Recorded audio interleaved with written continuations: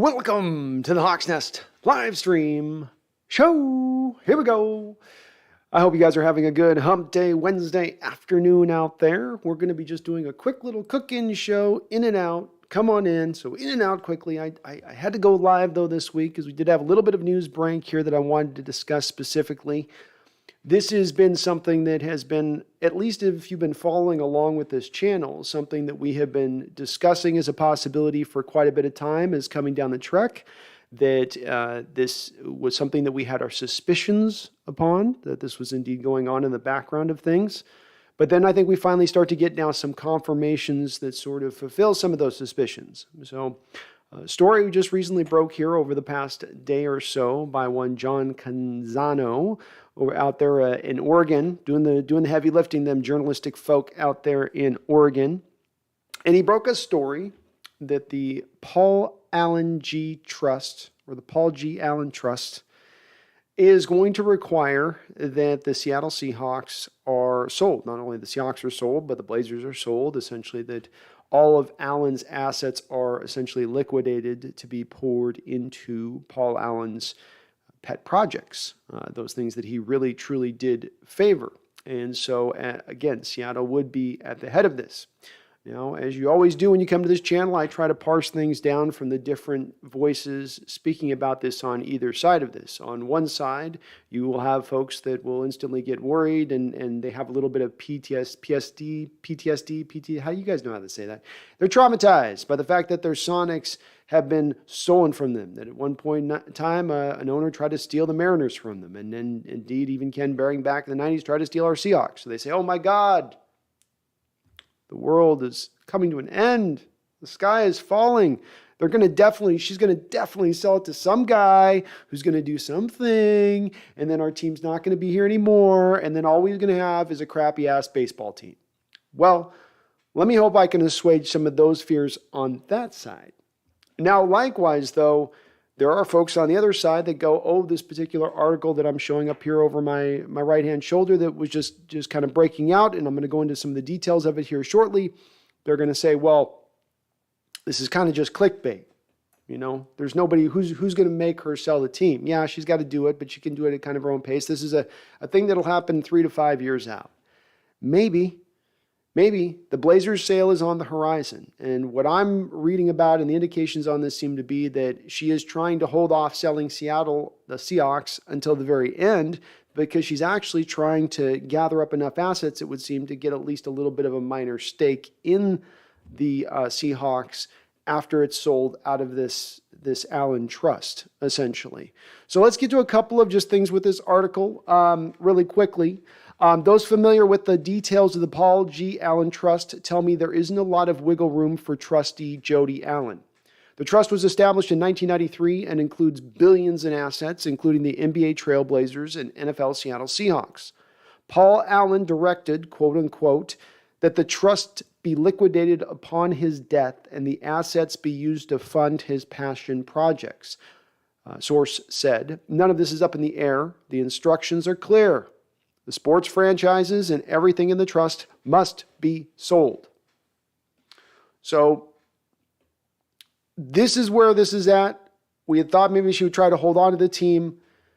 But indeed, for these folks saying that it's not going to be sold, it is. It's in the trust. Obviously, there's no sheriff in town to force Jodi to the table to do it in a speedy process. She can take her time and drag her feet a little bit on this, but it will be sold. Now, first on the side of assuaging some fears, I don't see this team being moved to a new owner. When Howard Schultz came in, I know he's the type of wolf in sheep's clothing that came in as a son of Seattle, so to speak, who then pawned off the team for a very small profit for a man already worth as much as he was worth because reasons, I guess. So they say, well, why can't that happen here? She sells it off to another person who, is a favored son here, and he just turns around and then sells it to somebody else who moves us out of town. I was trying to find some absolute details on this because I remember this from my memory at the literal time when they were building the stadium and all of the details that were going into it and what was being required of Paul Allen in order to get the stadium built. And I believed at that time that there was something in their ironclad that made it preventative from the Seahawks being able to move before the year of our Lord 2040. I could be wrong on that. I tried to find confirmation on it, but Google sucks right now with trying to sometimes find the historic stuff as easily. So I couldn't get the confirmation, but I feel pretty solid in my old brain on that being the case. Let's just say that's not the case. I still do fundamentally believe that then Jodi Allen will still honor the memory of her brother, honor, what this team that he so loved and brought the community together, a community she herself is a part of.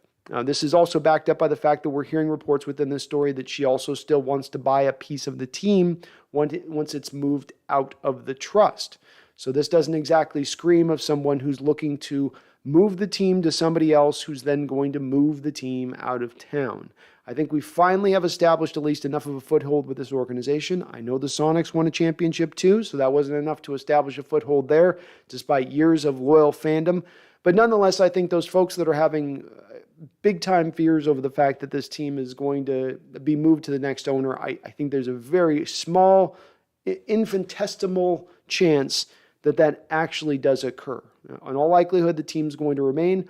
The real question in the matter goes to, do we get a guy that buys the team who just really wants a football team but doesn't quite have the money to really make it work? Or are we getting an owner who's coming in to be like what Paul Allen was? He takes his wallet out, he walks into the coach's office, he throws his wallet on the table, and it's one of those wallets where it's like the bills are stacking out thick like that, and he's like, get it done. That's all he says to the coach. He says, just get it done. You got what you need. And that's the kind of owner you want. And you may believe in this, menagerie of billionaire owners that we have guys that have money all over the place, and there's salary caps, and the money's not really a thing, is it? It's not really a thing. I mean, these guys they're making money every year, and then when they sell their teams, it's worth 15 times more than what they bought it for 20 years prior. Yeah, kind of not actually. If you look around the league right now, and you pay close attention to some slight indicators on this, there are at times some cash flow issues that seem to rear themselves as it concerns some NFL teams. This really started to come out around the Deshaun Watson contract this offseason, because Deshaun Watson was given a type of contract that has never been given out in NFL history. And if this starts to set a benchmark of requirement from star players that you are now going to fully guarantee my $230 million deal, this presents a problem if you don't have an owner who's liquid. Well, I mean, just, everything's in my real estate, Deshaun. I just, let me sell a few houses and we'll get back to you on that, right? Doesn't work that way. When you have guaranteed money in a contract, that guaranteed money then needs to go and be, even if it's not bonus money, but just guaranteed money, it's money that then needs to be immediately placed into escrow, meaning it needs to immediately come out of the pocket of said billionaire into a bank account, essentially. And this means that if you have an owner a little tight on cash, he's not able now to compete with those other owners in this game who are able to throw that type of money out. Your Jerry Joneses of the worlds, I would think, or something in that realm. This is the thing that's more beyond the concern of an owner coming in that's going to move the team off. It's the concern of, are we going to get an owner in who is all about winning? We already have right now with Mariners at times, there's being some concerns in the last 20 years, though we've had a pretty good ownership, and though that Nintendo group came in and did help kind of save the day from Smolian, it nonetheless has been a little concerning at times watching them be so lukewarm at times in their approach to truly trying to get that baseball team back and running. And it would suck to get an owner who has that likewise kind of same energy where, yeah, I'm in to keep the team here, but it's sort of that I'm here to do the bare minimum as an owner, for what I need to do, versus getting a guy who comes in who's aggressive and tries to get every advantage that he can find and take. And that's the owner I'm looking for. That's the owner that I want to see. We're not hearing any rumors yet about who the possible owner could be that is coming into town or that maybe they're negotiating with. Maybe there's somebody in the background who's been circling around this for a while.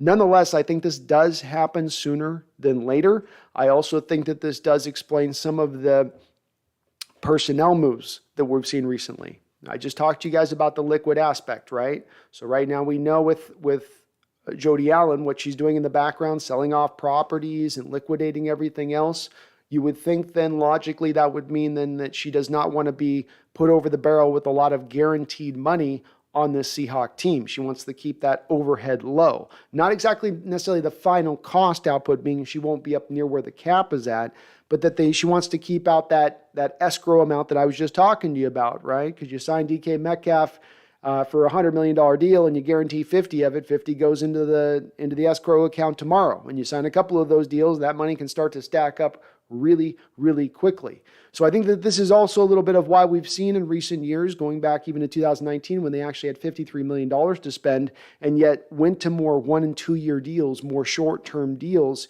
And you go, why did they do that? They could have gotten 3 and 4 year deals out there and shrunk and gotten maybe 4 or 5 more players in underneath that cap. Maybe that's being a little aggressive, but somewhere in that neighborhood. Likewise, this offseason, they did much of kind of the same thing. Had over $50 million to spend as you walked into the offseason, and it's a lot of 1 and 2 year deals, and even the 3 year deals that you handed out to guys like Diggs and Disley allow you to easily get out of them even after kind of 1 year, much less 2 years. So I do think this kind of explains some of what we thought in the background. This is why we had the suspicions of this potentially occurring, is based on some of the stuff like that. It does make me wonder too if with Jodi being in there on draft day is, if again, a little bit of I'm hoping it's there because she's just there and she really wants to be in it. Some of it makes me wonder though too, we got to keep this asset rock solid. We got to keep the price, as high as we can possibly get on these teams to sell. I don't know. I'm not going to totally comment on that part for sure. But it will be helpful, whoever the new owner is, at least we're getting someone not necessarily who's inherited the team, but truly does want it. And Jodi wants to have a piece of it in honor of her brother, and that's kind of it. That great. But I want a majority stake owner who is truly on it. And if she's in that mode, then she is. We've heard some reports she could be a little bit, but I wonder about that when again you're being pushed to essentially offload the team within a couple of years. And is she going to, how much of a piece is she going to buy when the going cost on that's going to be $4.5 billion. So a mighty big price tag to carry at that point in time. I'm going to bounce over to you guys here in the chat. We're going to bounce through the show really quickly, so we'll be kind of up and out really fast. It'll be kind of a rarity here for live stream shows because I will be back tomorrow with Brendan. We're going to kind of go through a couple of different topics, including looking at some of the prospects in the upcoming college season that we want to keep an eye on for our Seahawks that could be interesting. Appreciate you guys watching here late. I know I came in about 8 o'clock, which is later than we usually start. If you do hit that like button for me, please. And if you're not subscribed, please get subscribed. We're just rounding on up the mark here. We're getting closer and closer every day. You're already to 7,500, pushing on through. So thank you for all the new subscribers and people that have hopped aboard. Welcome to the Hawks Nest, and thank you for doing so. Ricky Zepeda, well, hopefully they stay in Seattle. They're going to be sold, and it's tough being a Mariners fan. Yeah, hopefully we're not just left with the Mariners, but I don't think we will be. I'd put like almost a 0.5% chance. It'd be that low for me, legitimately. Chase Stern, let's go. No waiting in 2025. No waiting. Let's go now. Hopefully, I do think that this is going to restrict us a little bit in spending the money over the next couple of years for those escrow reasons that I just presented. Jaeger Rodell. What's up, Jaeger? It says, well, we don't know how soon is soon, really. We don't, but it is pressed upon in a trust. And my history with trusts, in the few people that I've known that have dealt with them, is that they are pretty lock solid in what they call upon and what needs to be occurring. And usually there's pretty good language within those deals that, again, you may allow Jodi to drag her feet a little bit, but it's not going to allow her to completely hold up from selling the team entirely. Jaeger says, no way would Jodi be allowed to let the team relocate. The stadium is still under lease and has to be approved by the NFL, which shouldn't happen. I agree with you on that, Jaeger. You would think that the NFL wouldn't approve it. That would be hopefully something that would allow, they know how vibrant the fan base is here, and that may be one stop measure in itself, right? When the red lever you can pull down, the safety lever, the thing that will shut down the whole machine at that point to stop it, that would be nice. I did notice that the last bond payment has been made on the stadium at this point. There was a story about that last year as I was doing some research.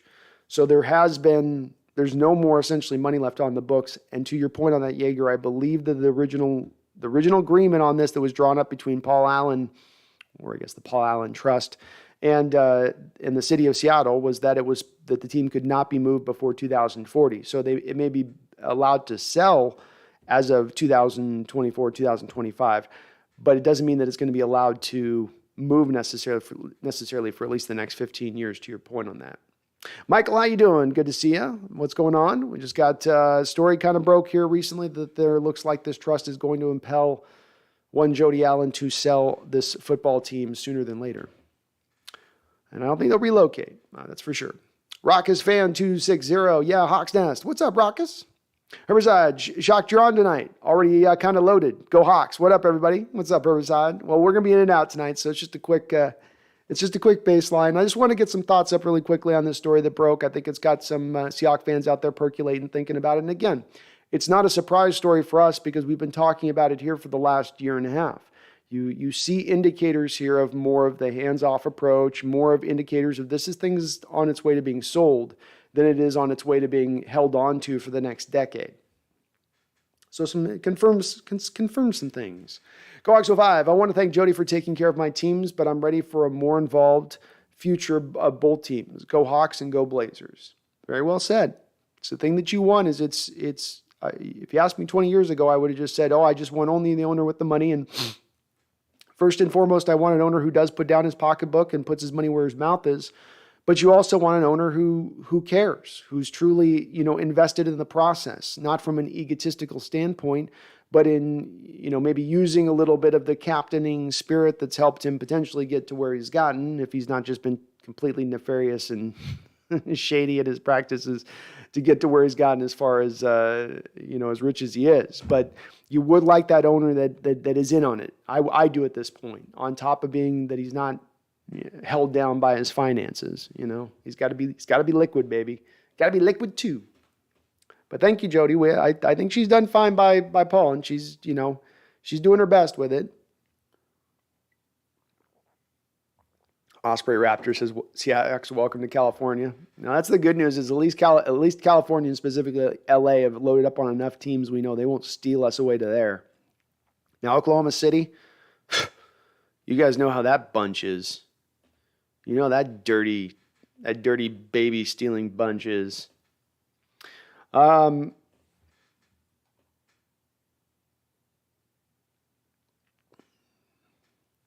Michael says, Blazers, welcome to Seattle.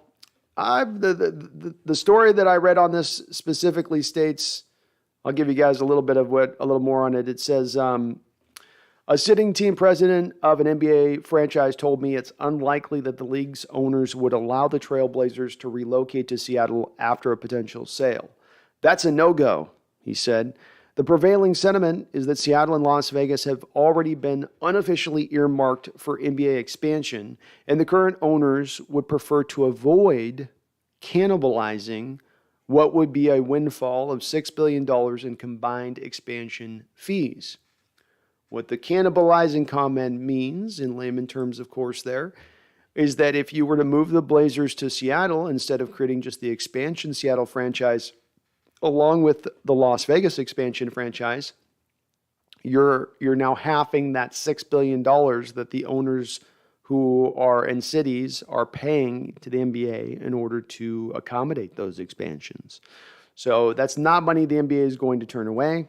Right? No, they're not going to cannibalize themselves. They're not going to start chewing on their own finger. So, nope, no chance the Blazers end up in Seattle in this situation. GoHawks05 says, give me Ballmer for the Hawks. I'll take Ballmer for the Hawks. I'll go for it. Oh, Michael, you're joking. My bad. Well, I thought somebody else was going to bring it up. GoHawks, it looks like some movement on the expansion front. That the Sonics will return soon. Definitely would become number 2 for me. It does look like the Sonics are returning. They might become number 2 for me, depending on if our Mariners can finally kind of they're starting to get more exciting a little bit. It's slow rolling, but they're getting there. But I would be hyped by the Sonics returning. That would be cool. That would be really cool. Just my opinion. Maybe the new owner of the Blazers is more of a Sonics guy. Yeah. I think if it hadn't already been in the works of them getting an expansion franchise to Seattle, and if the NBA was more in a retractive state, where, they weren't built from a financial position to accommodate two new franchises. Because when you open it up and you do two new franchises in a league, you do at that point, it waters down a little bit of the product. And you can make an argument at times the NBA needs to be less watered down rather than more so. Nonetheless, I think that windfall, that $6 billion windfall, is enough to win out at the end of the day. Alex Saucedo, God, I hope they stay in Seattle. The name just sounds so much better. The Seattle Seahawks. Please, God, stay in Seattle.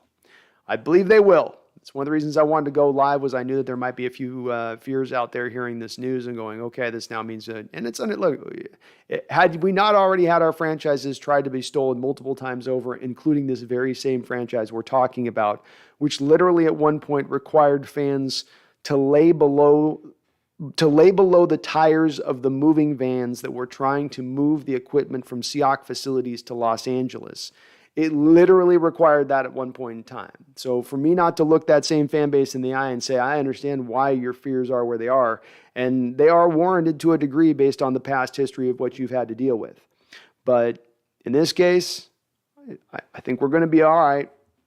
I don't think this is going to happen. I think Jodi truly is going to honor her brother's memory at the end of the day in this sale. And I think it's going to be not only will it go to a guy who intends to keep the team here, I wouldn't be the least bit surprised if there's actual contractual language within it that states if you are to buy the Seattle Seahawks, they must remain until the year of 2060, and then in the next sale that you make, there must be a stipulation within it that the owner remains in Seattle and bump to bump. I mean, it's not impossible that somebody puts that in, is it? Just a contract rider. That's what they call that. JD, thank you for subscribing. I appreciate you. Randall McDaniel with a $5 donation. Thank you, Randall. I also appreciate you as well, brother. Says there are or were rules by NFL where an owner can't own a team in another pro sport in the same market as an NFL team. Maybe that changed in 2018. That does sound right, Randall. Yeah, that sounds correct. That maybe that still might be a rule that's in place. I can't remember though. There's not been a lot of reason to look at it recently, right, Randall? Because we knew that there was nobody, especially with Allen passing right around that time. It was like, well, that's out the door from that potentially happening. But I'm not sure. That does still keep the door open for Ballmer though. Ballmer can own his Clippers and then still own the Seahawks, right? So that could work. Bash Gordon and Clyde the Glide Drexler was the man for sure, but Gary Payton and Sean Kemp were the greatest, and we used to take out the Blazers all the time. Go Supersonics. Those were some good matchups back in the day because those Blazers had some quality teams down through the line. Seattle and Blazer teams were kind of built similarly at that time. Real deep teams, not just like relying on the front line starters like Drexler or Gary Payton and Kemp. Those guys were really good too. But it was fun times. I mean, 90s basketball was just an awesome time to watch basketball. 80s basketball was good. It's still fun now. It's a little bit finesse at times for me. The physicality being taken out, it's a little bit. Jaeger, screw Howard Schultz. That's right, screw Howard Schultz. Forever screw Howard Schultz. He shouldn't be able to walk the streets of Seattle.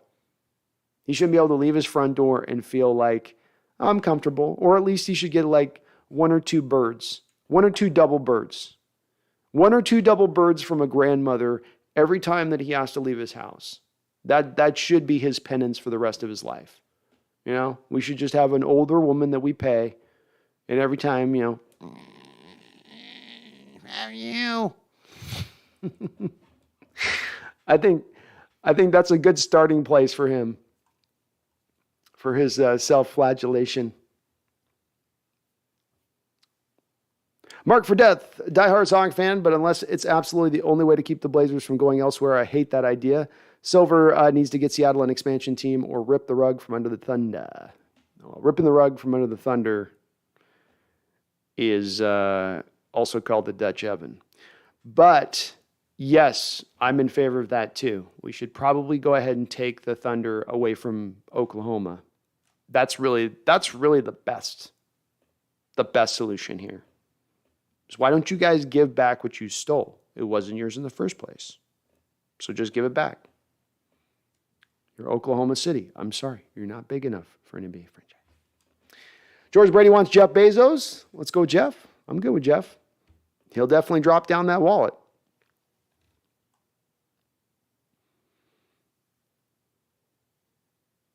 Why do I? Baker Mayfield was at Backlot Tap House in Omaha because someone had slapped a sticker of Snowtown, a Snohomish bar, one of 5 stickers on a chair. Corbin Smith trying to say they were in Washington. Nope. Foiled again by those stickers. That's what makes it hard when you try to do the Instagram investigation. Can't quite break that case off just those photos. But I still just the Baker thing. I'm hearing now the Browns are starting to be willing to maybe something dial back on. We'll stop being hard asses about our asking cost or wanting so much draft capital. We'll see. I think he eventually still does get released, but I still do come back to the fact that the Browns, if they're going to just do the cold-blooded math here, say, it's in our best interest just to hold on to the guy right now. We've got our starting quarterback's going to be suspended a couple games. Some other team in the league is going to have their number 1 quarterback go down who think they're a contender. What if the Raiders week 2 of the preseason have Carr go down to a torn ACL? What are they offering for Baker Mayfield at that point? Minimum 3rd-round pick? So I just keep coming back to that, like, why wouldn't the Browns, other than the backlash they get from people poo-pooing them and saying about how, naughty they're being for treating poor Baker so badly. I don't know if I buy into that, though. Bash says sell it to Marshawn Lynch. I think Marshawn Lynch definitely needs a piece. I would be very much in favor of that. He's a good businessman, too. Can't argue with the man's financial acumen. Evergreen Rider. We all knew this was coming. Please, Lord, don't sell to Bozo Bezos.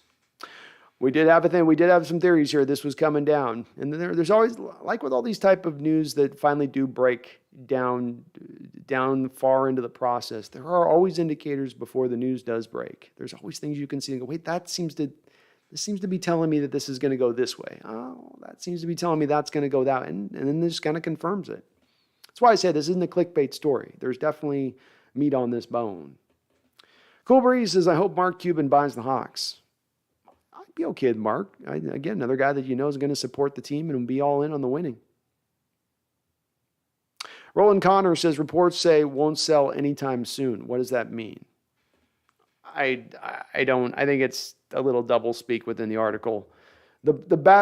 As I understand, let's go through what I believe I understand with this, which is that the team, that same contractual language that I was talking about when the stadium agreement was signed in 1997 to be created, where the team could not be moved until 2040, if my memory is still serving me correctly.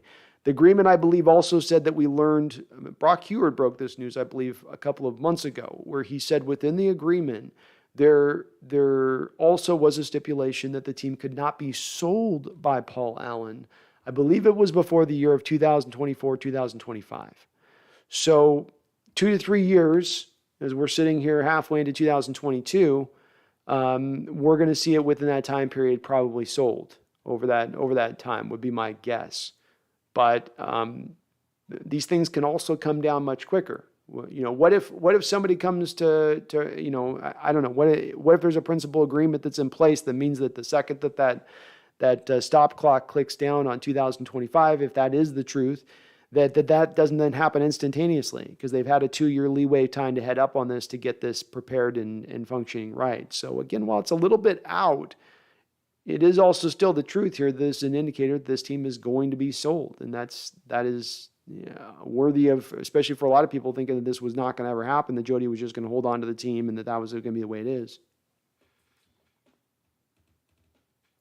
Go Oxo5 says, I say we have the chat make a collective to buy the team. $5 billion is a lot of GoFundMe. That's a lot of GoFundMe. Hawk says, I hope Conor McGregor buys the Seahawks and renames them the Proper 12 Hawks. Proper 12 Hawks. I got no idea my Irish. Proper 12 Hawks. Proper 12 Hawks. Everything's British tonight. Jesus. Michael Crowhorse, good evening to all. The Hawks Nest. What's up, Michael Crowhorse? Mark Fredette, if we saving the Blazers by keeping them in the Northwest when all else fails, then that's a different story. They're going to remain. Sam Dog says, I want a majority stake owner who's local and wants to win. That's the two things I want as well. I don't want a guy that just wants a new Corvette for his garage of toys, which some owners, I think, can look at it like that. I don't want the owner that's looking to turn his profit margin every year on top of making a gazillion dollars when the team sells down the road. This should not be that type of buy. There's plenty of other business ventures that exist in so many multitudes across the board in this country that you can go do that and play in that playground in. This does not have to be that. You can still buy the team at a high cost, not necessarily make a huge profit, but still be putting a lot of the money you're getting back in that profit back into the team and then make a huge profit back down the road. You know, that's to me the owner you want most, Sam Dog, but agreed with you on that, man. Yeager says, who are owner prospects? Well, I think Ballmer, Bezos. We got any other Bs? Maybe Musk. He's crazy enough to want to do something like that, right? It does not make sense, but I want a baseball team. What, Elon? A baseball team. This is what we are trying to do. So maybe Musk.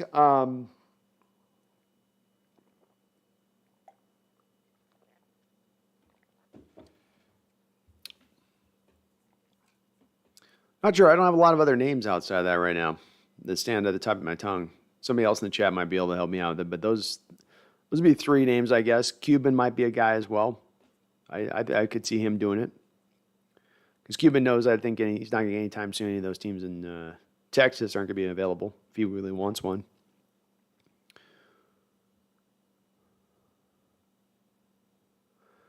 Yeah, I wouldn't want to see a Herbicide. I'm with you. I'm not looking to see the Blazers move as well. I didn't like having our team stolen. I wouldn't like to steal a team from another, city and just, keep passing along the evil. Like that movie. You guys remember that horror movie that came out where the demon kept traveling through people having sex, and one was the other, and then the demon traveling to the new person, and that's how you kept passing along. Like, I don't want to do that with my NBA franchise. I'm not trying to have sex with Portland. Okay. So, you're cool, Portland. Weird. So, I'd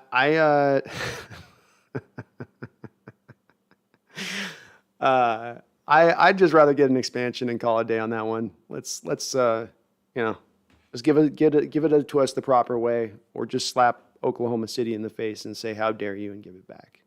That's also the straightforward. Sam Dog says, if Clay Bennett tried again, I would personally meet him at his private jet with a gun pointed at him, telling him to get his ass back on that plane and go back to Oklahoma. That's the right energy, Sam Dog. I'm with you on it, man. He was like something drawn out of a cartoon, for like dirty Southern billionaire, like when he walks, you can hear the grease squeak between his crack. I got no. I do hate Schultz more because at least with Bennett, I can see that evil coming. I can see that devil coming. Schultz, you stabbed us in the back and you twisted the blade. It ain't going to ever heal right. It ain't ever going to heal right because you had to twist the blade on top of it. Little profit margin. Charles Riley with a $5 donation. Thank you, Charles. I appreciate you. Good to see you in the chat as well, brother. Seattle is a wonderful market, but if the team is terrible for a spell, it could get to where an owner may leverage a transition. Any open markets? None that I'm aware of that I can see on, Charles. I think that it's also a little bit more difficult to move this particular team like they may be trying. For instance, when you move the Sonics, Charles, the NBA could still say, well, we have the Blazers as a regional basketball team there that at least will draw eyeballs in that whole region, right? From Oregon on into Idaho to Montana to Seattle up to Alaska, and maybe some even Western Canada. And I think that when you look at the football situation on this, if you're moving it to a different market, what's a presumptive market here? They're going to probably try to move it back out east and create another eastern market somewhere, but where? Florida's filled up. New York's filled up. Hell, you got Buffalo, still at the top New York. It's overfilled. Southern teams all over the place. I honestly don't know who you would be looking at. What, Albuquerque? What are we talking here? So I don't think there's an open market on it for us to be moved, even if we do go into that tough or, like to your point, terrible spell.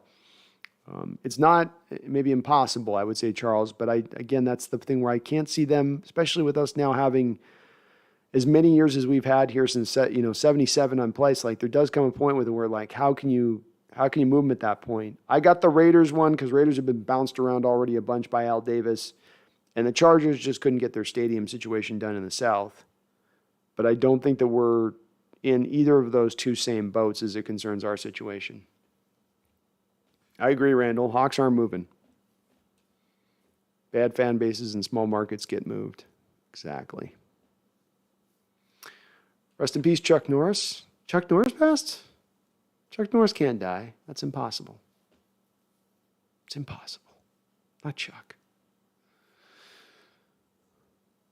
Herbicide said San Diego love the Chargers, Seattle love the Sonics. Yeah, I will maybe, but I say this, Herbicide, the thing with the love that San Diego Chargers had for the San Diego fans had for the Chargers, and I lived in San Diego. It's a very vibrant fan base down there, and I hate the fact that team got stolen.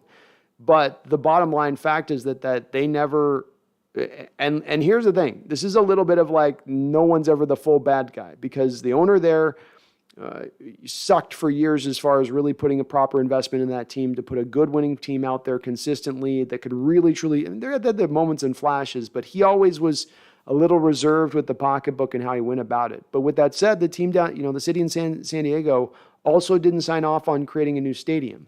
And that Jack Murphy Stadium, I went down there and watched a game in 2013 in that stadium, and I literally was a puddle by the end of the game. It is concrete. It's heat reverberating off that concrete. To say it's just an old stadium or an antiquated stadium was an understatement. And the fact that they couldn't get anything built, they couldn't find a common ground, that kind of ended up being the game changer. Again, I'm not trying to let the owner off the hook here. He didn't do like what Paul Allen did, which is, hey, let me come out of my own wallet here, and we can both dual invest here into this new stadium, so everybody feels a little bit of the pain, but everybody can get all of the returns of it as well. I also think that the Chargers owner had his eye to get into LA for quite a bit of time too. Spanos is the guy's name, I believe. And so there's a little bit of that involved, but again, I don't think that's just, I think that's a little bit of apples and oranges versus our situation where our stadium is still relatively new.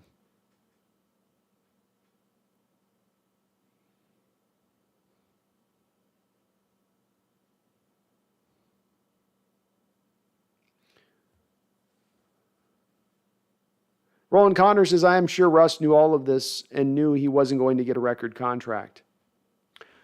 You never know. It could be, Roland, to your point on that could have been the ending thing that pushed this in the way that it pushed it with him. Because we do know next season Russ is going to ask for bare minimum $50 million a year. And I talked about that escrow amount at the top of the show. Well, Russ will definitely be pushing for a huge amount of that to be guaranteed. He'll look at the Deshaun Watson deal and he'll say, okay, well, Deshaun Watson gets $230 million guaranteed. Why shouldn't that be the beginning point on our next new deal? Is Jodi Allen in a position right now to pay $230 million guaranteed? Probably not. Probably not.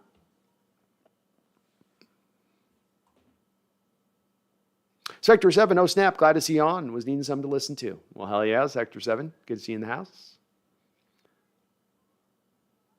Noah says, hi, Brandon. Have you watched the Seahawks Behind the Scenes series? First episode dropped today. Media team is killing it this season. I saw the trailer for it, Noah. I was prepping up for the show today, so I didn't get much of a chance to get into it and dive into much of what they were saying with it, but I am definitely going to have a look at it. It looks very well produced. They're doing the production quality is ramping up over there with that Seattle team over there, that media team over there. Nolan Arvan says, hey, Brando, vacation begins now. Cheers. Well, have a happy vacation, Nolan. Hopefully there's a lot of sunshine, maybe a little bit of sandy beach. I need to get myself over to Hawaii. It's the nice part about having a mom over in Hawaii. Is that, like, I got to go see my mom. And if I get over to the beach and a pina colada finds my hand and I end up in the surf, I'm just there doing my familial duties, okay? I'm just there investing in family, really, and getting a suntan. But it's a selfless purpose, really. altruistic, you could say. Chicken God, I'll be really pissed if Jeff Bezos buys the Hawks. Chicken God says Bezos is the collector of things. That's might be the creepiest nickname I've ever seen associated with him. I've seen some creepy nicknames associated with collector of things. He's the billionaire, is the collector of things. I just see him putting our Seahawks in a glass case and like, isn't it wonderful? But local guy wants to win. I think that if we look at those two parameters and say that's what we want of our owner, then we're going to have to put up with maybe some eccentricities. How do you say that word? Eccentricities? I can't say certain words. There's certain words as I go, I just can't say it. He's going to be a little bit, maybe, an odd duck if we get a guy like that. But as long as he wants to win and brings his wallet, I'll put up with a lot else. I'll put up with a lot of weird behavior. I will. I'll put up with midlife crisis guy. I'll be okay with that. Just give me those two things. Weston Byler, what's up, guys? Just got off work. Could I get a super brief summary as to what you all been talking about? Weston, just speaking about the fact the story recently broke here in the last couple of days about the Seahawks being needing to be put up for sale as has been dictated by the Paul G. Allen Trust. The timeline on that can be anywhere from probably 1 to 3 to 4 years even, I would say. Again, depending on what the contractual language is on the lease agreement and when the team can be sold based on that agreement with the city. But it is definitely now going to be en route to be sold, and this is definitely going to help illuminate for us forthcoming deals and why deals are being made or why certain other deals aren't being made. Why they might, for instance, only be not using all of their salary cap space last year and instead rolling $11.5 million over into this year's cap in a year when there was a depression in the salary cap itself for the first time in 20 years. Kind of better explained when we know that this is something that's en route. Oh, you're in London? Have fun in London. Nice. Well, not a lot of sandy beaches over there. DJ Jimenez says Dr. Pete Carroll and Marshawn Lynch are going to be minority owners. Dr. Pete? I'll be okay with that. Michael says San Diego Seahawks is possible if Cali let them fly south in 2040. I don't see it. No. San Diego wouldn't do that to us. They're too kind. Those people are too good of people. They wouldn't do it to us. They're not like them Oklahoma City folk. I'm now prejudicial against Southern folk for stealing my basketball team. And I'm not going to apologize for that.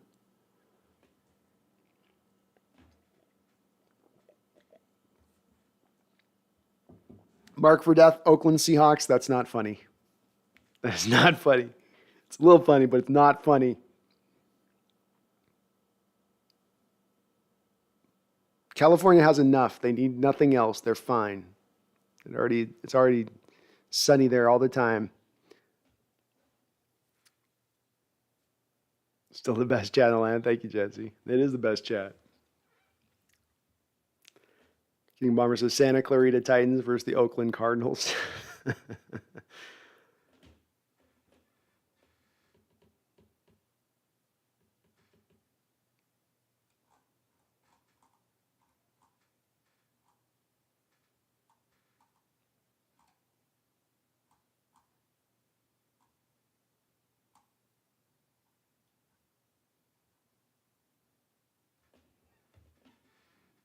Chase Stern says, you guys are going to hate me, but I'm a Thunder fan, and the slander is getting out of hand. Hey, Chase, this hate's well-earned on their part. It is. I'm sorry. You take a franchise, you do the crime. Don't be crying when you got to do the time.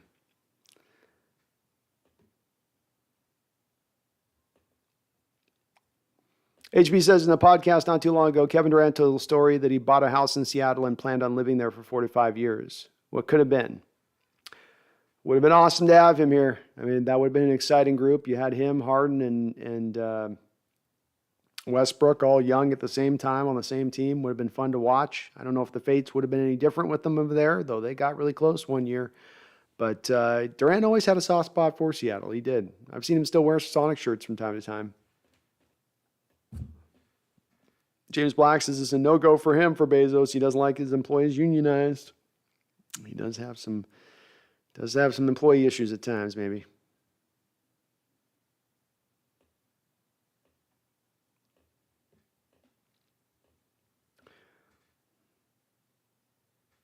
What does Pumpkin think about that? Let's get Pumpkin's. Let's see what she's got to say about this. Hold on. Let's see the cat's opinion on this one.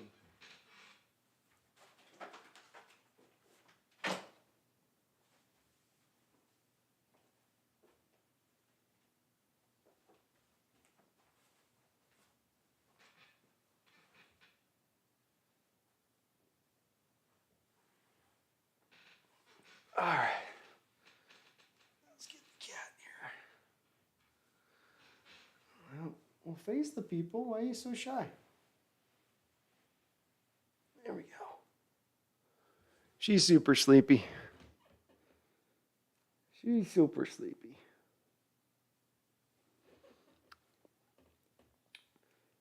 Is Jodi Allen going to sell the team? What do you think? You going to sell? She's not sure. She's not sure. Shoot the moon. Carr doesn't play in the preseason. Joke's on you. Tears his ACL in practice. Sorry. Just what the psychics are telling me. Sam says, Jacob Davis, if the Seahawks get moved, I'll officially switch to being a Raider fan for life. They're already my second team just because my brother roots for them. I can't hate on anybody switching to a different team at that point once the team gets moved. It's like Oklahoma City. Like, I'm sorry, I can't be a Thunder fan. Ever.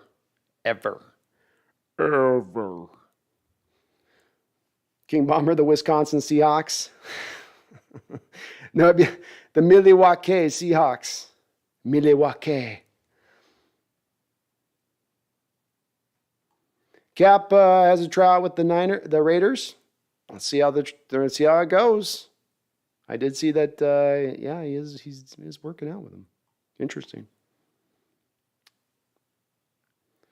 That's right. What if North Korea buys the Seahawks?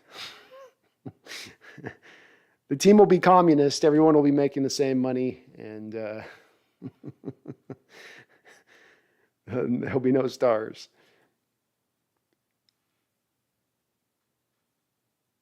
Bash says the New Mexico needs a team, the Aztecs. That'd be a change of the Seahawks to the Aztecs. God, that would be sad.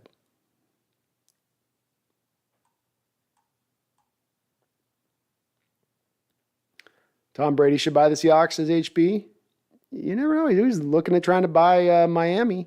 There was that story that broke that before the whole situation went down with Miami having the issues with Tom Flores, that Brady was going to go over there and team up with Sean Payton in Miami and be a part owner, player. But it all fell through. It all went to hell.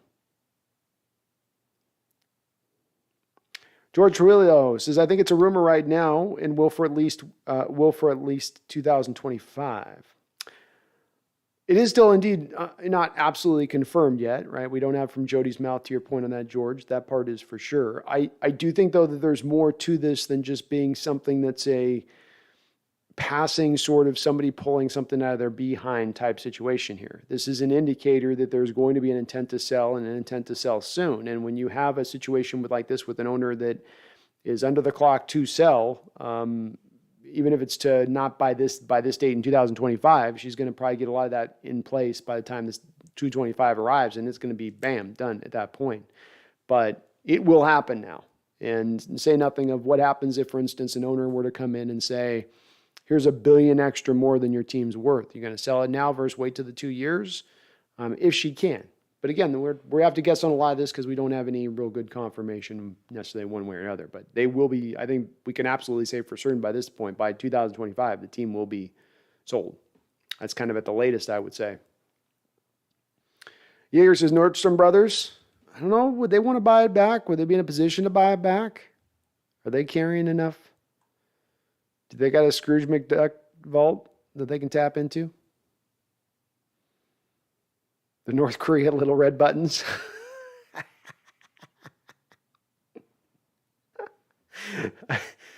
That'd be a great football name. What are you doing? Don't you do it. Don't you get feisty on me. Don't you get feisty on me.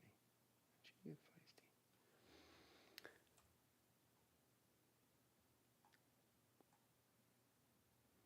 Randall says, I heard Bobby Axelrod's going to make a play to buy the team. Bobby Axelrod.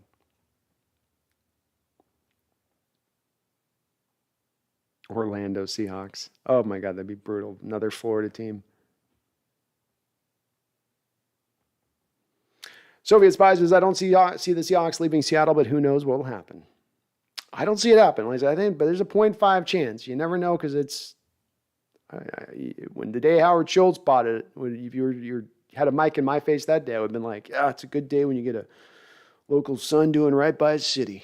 That's what makes us the great city that we are. Randall says, who's the dude who tried to building the new arena for Sonics downtown? A rich local dude? Yeah, I know what you're talking about. But I think, Randall, he's going to probably jump back into the fray on the Sonics expansion. Chris Hansen. Thank you, Yeager. It's Chris Hansen that was pulling that off. So he's going to probably come back and try to get in on that expansion action. To Catch a Predator. Not that Chris Hansen. He ain't made that much money from To Catch a Predator. He ain't made NBA owner money.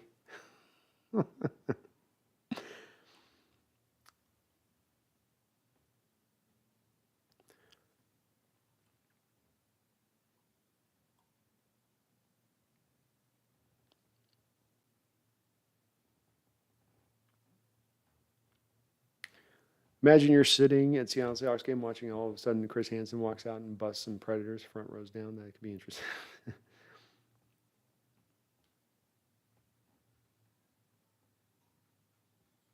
Charles says San Diego would be a contender for transition though in the coming years, worse stuff to go down. Good point. It's possible.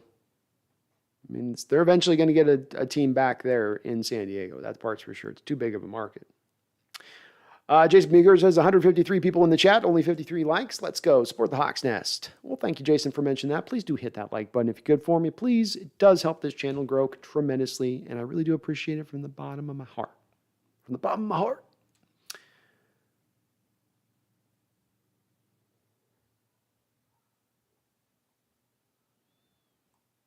Brian Kelly, Chuck Norris sleeps with the light on, not because he's afraid of the dark, but because the dark is afraid of Chuck Norris.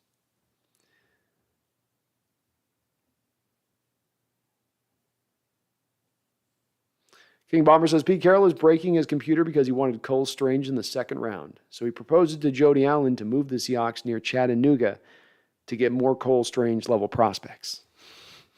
Miss out the first, get that second.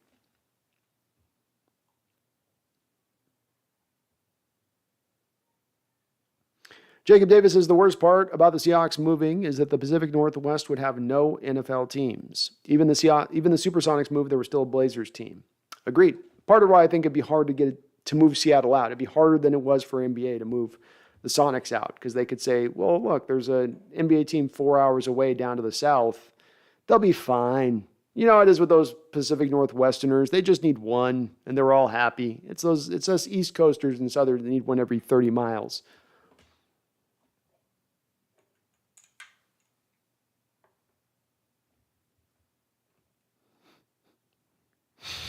King Bomber, you're hilarious. Bash Gord says, Brando, I'd like to donate $100 so the chat can go buy the Seahawks. We can do this as a team. Go 12s. I think we'd want to do a GoFundMe for that, Bash. So we'd want to do a direct GoFundMe and get that going. But, man, that would take a lot of money. That'd take a lot of dough. $5 billion's a lot. The $100 is good, but it's gonna take a little bit more beefier than that. What's up, Jose? Seahawks Jose Rodriguez is in the house. Saijan, if they relocate the Hawks, I'm done. I'm with you, Saijan. If they relocate our Hawks, I will be done right with you. I can't stand that. I could barely take watching the Sonics after all the years of them trying to pluck and pull our teams from our city. It's lame. And let's not forget, I mean, this went back to even the Pilots, right? Weren't the Pilots the team that eventually then got moved to Milwaukee? Isn't that who eventually became the Brewers?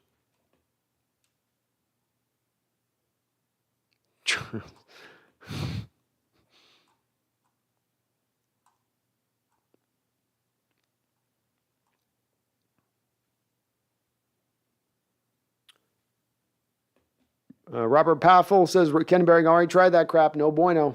I hope you're right, Robert. Hope they wouldn't try it.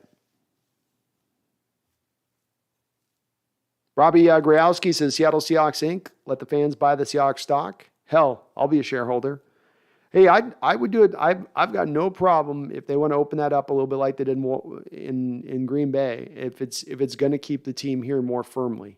If it guarantees the future of the team here, even if you're sending me a stock certificate that ain't worth jack diddly dandy and is just going to be something I'm going to put in my wall behind me as for the entertainment value for you folks, so be it. But I'd be okay with that. It would be nice if they actually let the fans have like a piece of the team, though. I would say that. Like, let me buy a little piece. You know, open up 10% of the team. Come on.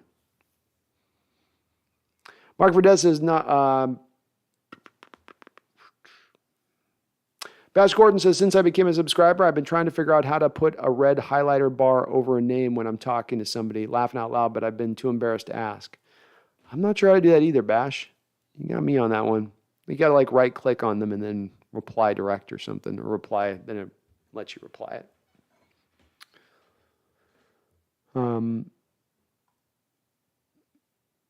Put in where you finally got to be.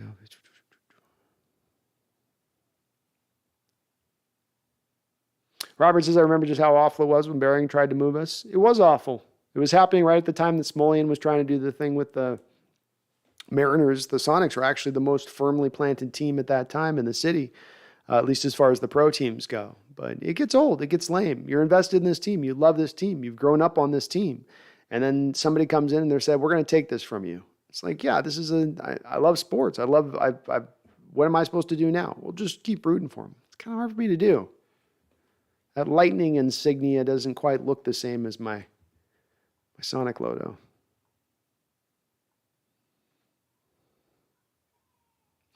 Megan Roger with a $5 donation. Hello, Megan, my lady from Dan End. Says relocation equals me burning the Largent jersey. I might burn mine too at that point, to be honest with you, if they did that. I might just say, to hell with it. To hell with it. And there'd be a lot to get me to that to hell with point, but that would take me there, Megan. I might be right there with you. We might have to do a dual burn, you know? Dual screen, dual burn at that point. Because it's unacceptable to take this team in this franchise. We have supported this team through the years, through the high years, through the low years, through the dark years where we couldn't even get the games on the television in the 90s. You know, we've gone through it all. We've been here to support the team. We've helped this team win games just by the sheer volume of our voice. To the point where the ownership had to retire a jersey just to us specifically, which has never been done in all of the NFL ever. This should be the one no-go ground for the NFL. Not the one go no-go, but one of the no-go grounds of the NFL. This is not a Rubicon we will cross. You hope that they understand that. You hope Jodi understands that and who she sells it to, but you never know. Randall McDaniel with a $5 donation says, Cam should take one for the team and marry Jodi and then take over the Hawks.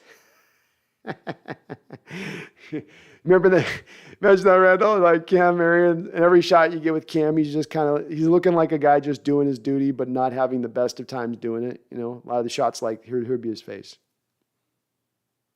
Like this is his marriage, the marriage shot. You know, you get the magazine shot with Jodi and she's on the front going, and Cam's right next to her and he's going.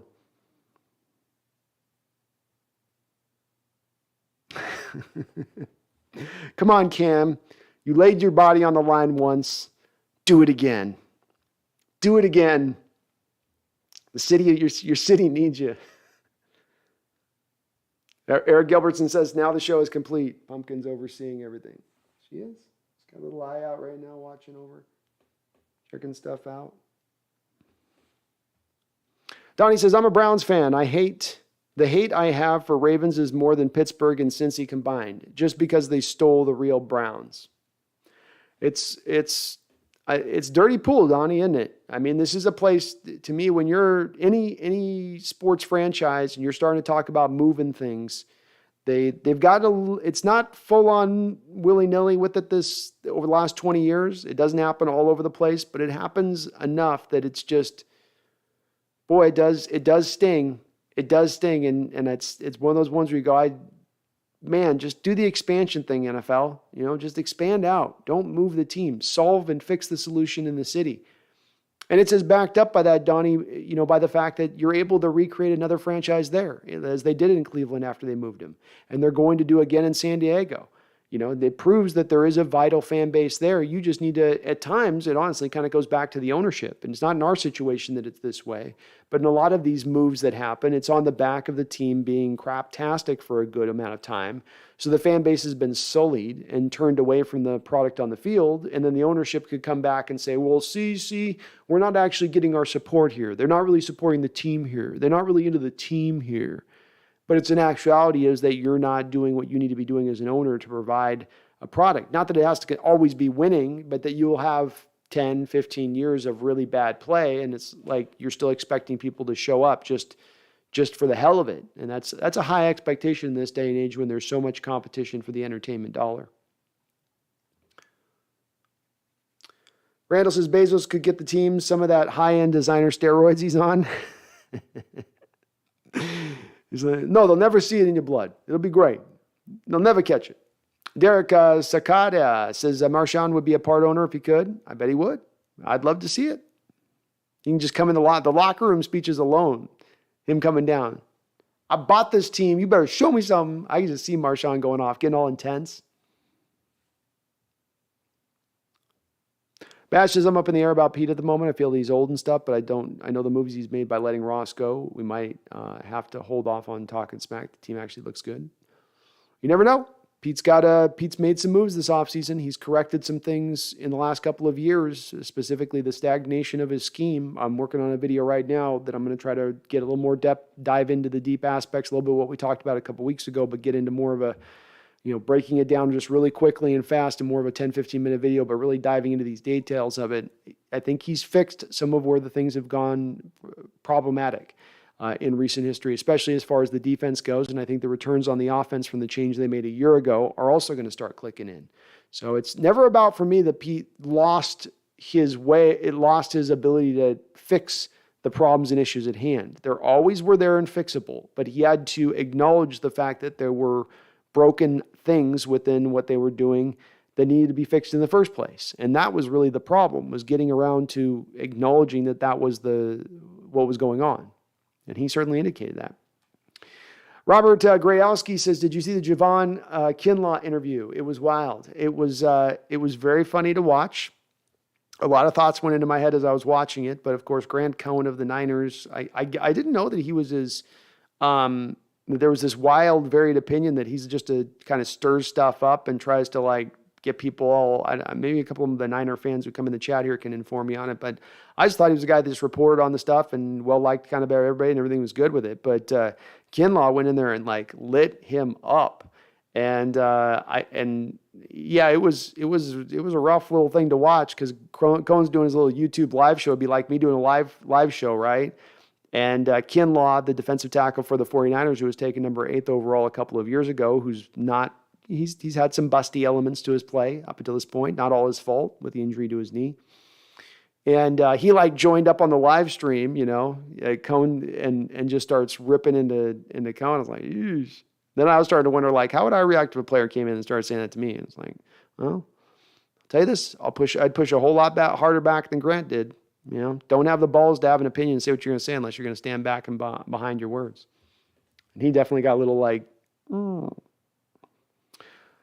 Robert Growski. Thank you for the $2 donation, Robbie. I appreciate that. I just did acknowledge that. I saw you on the chat on that. But check out that Kinlaw. If you guys get a chance, check out the Javon Kinlaw interview with Grant Cohn. I didn't even call it an interview. It was he's coming in. He brought out the put some respect on my name at one point. He was bringing it. He was tuned up. Thanks for the donation, though. Marcus B28 with a $5 donation. Thank you, Marcus. So San Diego and St. Louis also had bad attendance. The Seahawks will not go anywhere. True enough. True enough. St. Louis is a good mention, though, Marcus, because that is another market that now is an opening. That's another very big market that will, at some point, sooner than later, get themselves an NFL team, you would think, at some point. But it's to the bottom line point of what you had to say there, Marcus. The last sentence is the most important sentence here. The Seahawks are not going anywhere. Paul Allen would have built some safety nets within, I would feel like, the trust language on who they sell the team to and the parameters of the sale. And every contract can have riders put into it. Every single one can, saying you can do this or you can't do that. This stipulation, that stipulation. There's just so many barriers here between a potential owner flying under the radar like a stealth bomber, dropping his "I'm going to steal you" bomb on Lumen Field and then walking away without anybody noticing. I think that there just isn't I know the Sonics were moved, but I think that there's just not that same potential situation here. It's a different ball of wax. Very good point, though, Marcus. And thank you for the $5 donation. Very kind of you. DJ Owen, please God, no. St. Louis Seahawks. I know Marcus has got me thinking about St. Louis, and I hadn't considered them. And then I'm thinking about St. Louis with their lawsuit going, and I'm like, oh, hell. NFL's looking at this lawsuit, and they got to pay the city like a couple $1 billion. And they're like, hey, instead of us paying you a couple $1 billion, what if we just gave you the Seahawks? It won't happen, people. Don't let me freak you out. It ain't going to happen. Chris Dape, I can't see the Seahawks selling to anybody wanting to move. Where would we better than Seattle? Exactly. The Broncos will go for $6 billion. Where would you move an asset worth that much? I don't think there is anywhere that. It's a good point. I don't think it's going to happen. Seahawks Jose Rodriguez says Pumpkin looks like Garfield. No offense. Oh, no offense taken. She's thick. She's a big girl, Jose. She's a big girl. She likes the salmon treats. And I can't. Look at that face. Could you turn down that face for salmon treats? And she makes those little noises she makes and everything. It's like, come on. Yeah. I can't turn that down. So, yes, you can call animal services on me. I probably give my kitty a little bit too much food. But does she look unhappy? No. Not at all. Not at all.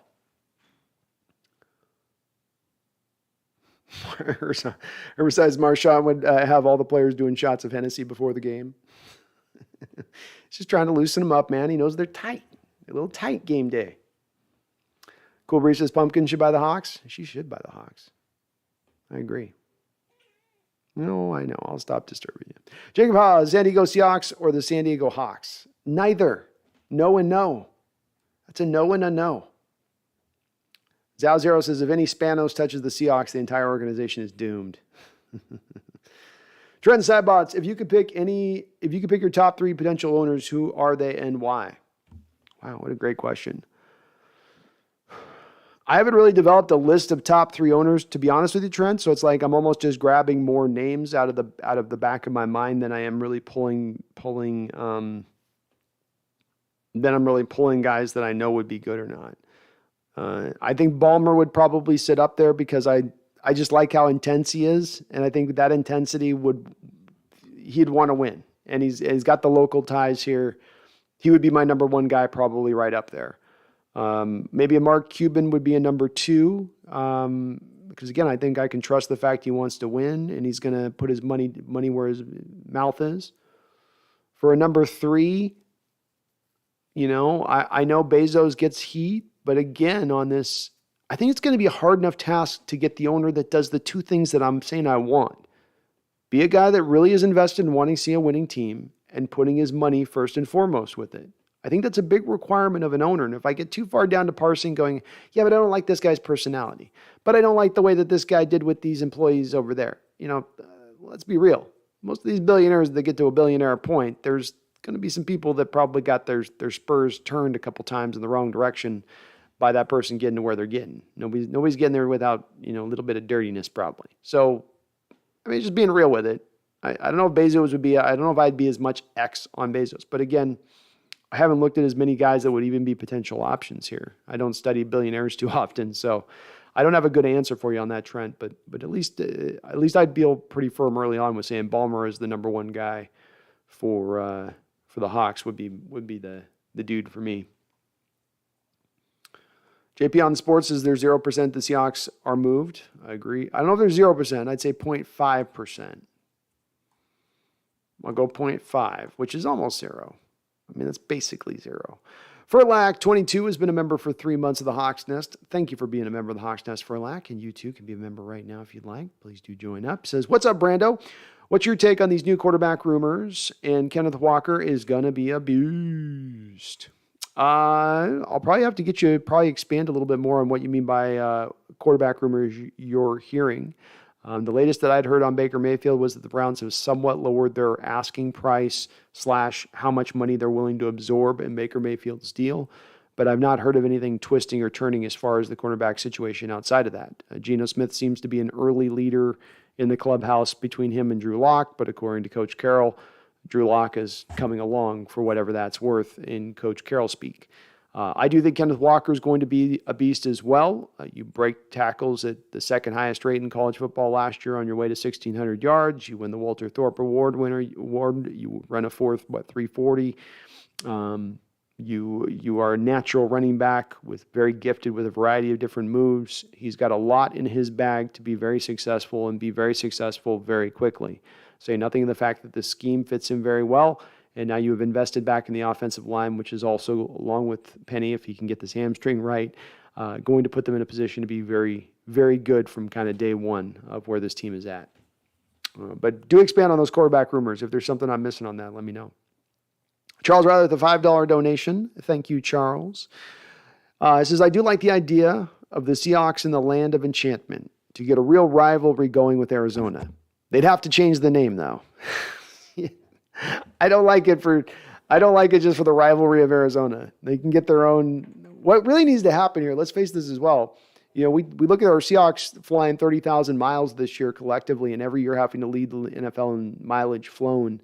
What the NFL really needs to do is just expand out more to the West. We need to get more West teams so that flying can kind of cut down a little bit. So let's just expand out. I mean, how long has it been since the NFL's expanded? It's been years, hasn't it? Wasn't Houston the last one? So it's time. They're due to expand. Due to expand. But thank you for the donation. I would not like to see that though, Charles. Not me. I will be very angry.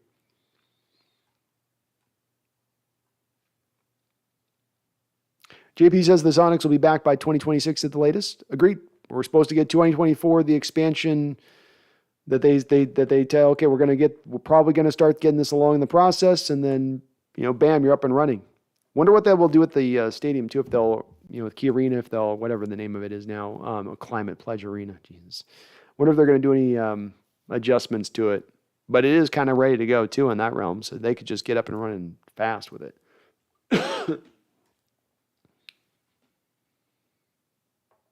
Bash Gordon says, laughing out loud, we don't drink pina coladas in Hawaii, Brando. Ha ha ha. We smoke a lot of herb and drink water and drink whatever's in the cooler. Laughing out loud, go Seahawks. Yeah, the tourists drink the pina coladas though. So I'm speaking about when you're on vacation, not when you're a local, Bash. I know what the locals do, but I'm talking about vacationers. They all got one of those drinks with the umbrellas in them. Sal Zero says, I'll sell my entire paycheck for Seahawks stock for financial ownership. No problem. I like the financial ownership part, not just the financial ownership. Zal trying to get that return, trying to get them dividends, them dirty dividends. Trent Cybots, I'd put all my money in the Seahawks stock if we could buy the team, best fan base in the NFL. I'd be right there with you guys on it. I'd put as much as I could into it as too. I'd love to see it. NFL would never allow it though. Not real stock, at least. Randall says, if I were rich, I'd buy Packer stock and then short the S out of it. That'd be fun. Like, they got stock exchanges for teams up and people can do shorts and all that stuff. That's the next level of gambling in the NFL. Jaeger, easily if they allow fans to buy the team. No. Bill Gates, we need Bill Gates to clutch up, says Brian. I don't think he's a football fan, based on what I heard. Just Mike says Kaepernick is a Seahawk. No. They would have, I think, already by this point have brought him in just if there was the intention to do so. Zal0 says, my only thing is if we do get purchased or relocated, can you honestly, non-biased, say that the Seahawks could do a Rams and become a status symbol like they became when they moved to LA? Could do a Rams and become a... Can you honestly say that the Seahawks could do a Rams and become a status symbol like they became an Zal, the answer to your question on that is it depends on the market that they go to. I guess it also depends on what we mean by status symbol. You know, that the LA Rams had a hard time selling out their first playoff game. And all the LA Ram fans came into my chat and said, yeah, but the cost, it was so expensive. They had the price was so high on the tickets. Yeah, well, you know, all I know is that price or no price, my city fills its stadium when the playoffs come. And they don't have to be prodded in order to do so. I don't tend to look at that type of fan base as looking at their team as a status symbol quite yet. The NFL has done quite a bit to try to manufacture love and praise and admiration from the local fan base there in LA. And it's barely, in my opinion, moved the needle. And it's only moved the needle because they've manufactured this winner who gets all the freaking calls every Sunday. Which is, it's gotten it as high as they can kind of get it because that's the LA market for you. Unless you're the Lakers or the Dodgers, they just don't really care. I mean, they don't. We'll see if it changes this time. I remain pessimistic that both the Chargers and the Rams are going to work in the long term down there. But again, if the NFL is going to continue to massage the situation in the background as much as they can, maybe they can force it to work.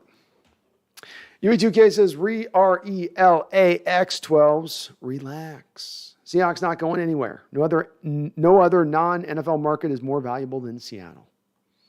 I like it. Good point. Just Mike, would it be bad to try out for Seahawks or rather have Cam as a quarterback? I don't think either, Just Mike. You know, you're running a precision-based West Coast offense. I don't think either Colin Kaepernick or Cam Newton at this point in time in their careers are going to be able to run and operate a precise-based West Coast offense. They're just not they're ill-suited. You're not trying to run the read option, one read quarterback play. You're trying to get the guy that can go through multiple reads or, you know, hit a spot, throw with anticipation.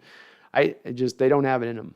So I wouldn't go with either myself. I don't feel as horrible about the quarterback situation as some others do right now. I'm not expecting these guys to be game changers, but I just don't think that there's really an upgrade out there, Just Mike, that exists.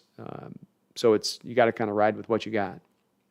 Sal0, I have a feeling they might, but I also don't see them leaving Seattle, especially knowing the market is only sports market. It's almost criminal to leave Seattle financially. Exactly. They're not leaving.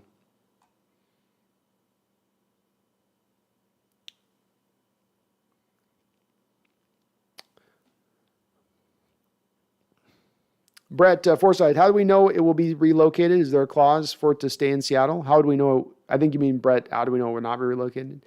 I had heard again, Brett, it's going back for me 20 years on my memory on this, but I was really still, even at that time, really invested in our Seahawks team, certainly because there was all those rumors of the moving, and I was looking at the detail of what Paul Allen was going to do to get the stadium and to get the funds.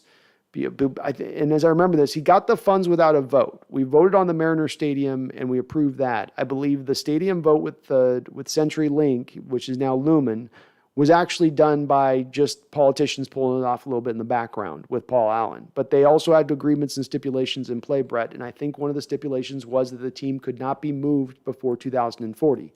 He might be able to sell it by 2025, but it could not be moved. I could be wrong on this. I tried to dig and look for some of the old articles that were speaking on this, but I do believe that is in place. And as well, Brett, I don't think Jodi Allen's going to move him to an owner that's going to, undo all of her brother's work that he did and what he's built here with the Seahawks team. I just think there's no way it's going to happen. No way.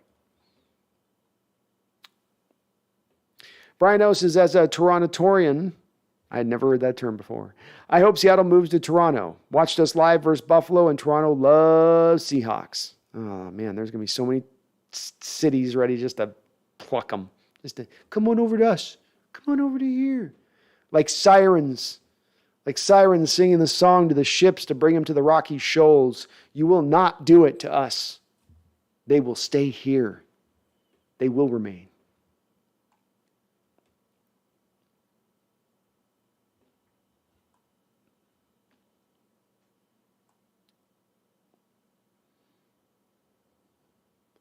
Bash Gordon says, I love how he has to carry Pumpkin in like Queen Sheba. Haha, that's awesome. I'm a puppy guy myself, but I love all animals. Yeah, she is Queen Sheba. No doubt about that. That's well said. Megan says, B, I am on overload for a few reasons, but this is going to tip me over. No, don't let it tip you over, Megan. It's going to be all right. We're not getting relocated here. And that's part of why I wanted to do this show tonight and talk about this, is because the story is out there now. It is, there's so many reasons why I don't think it'll happen.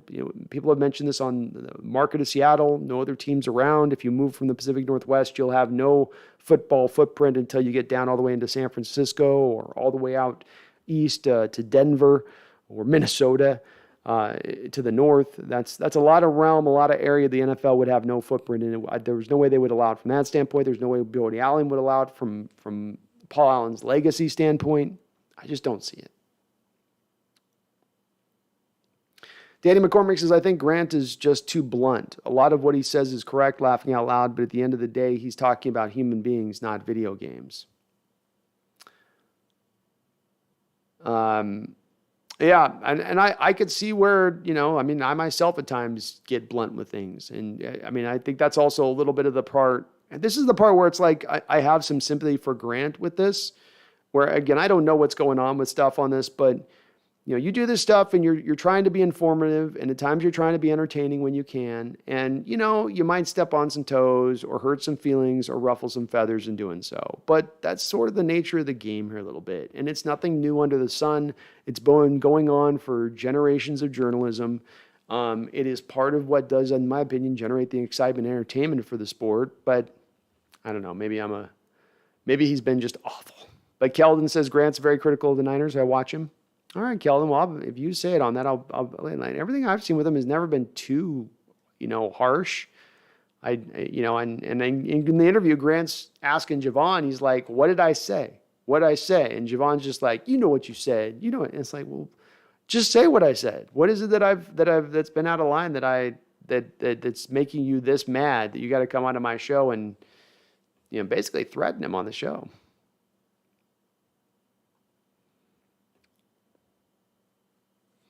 Sal Zero says, in terms of San Diego, I live here. We miss football. Even with the Chargers moving to LA, San Diego fans still root for them.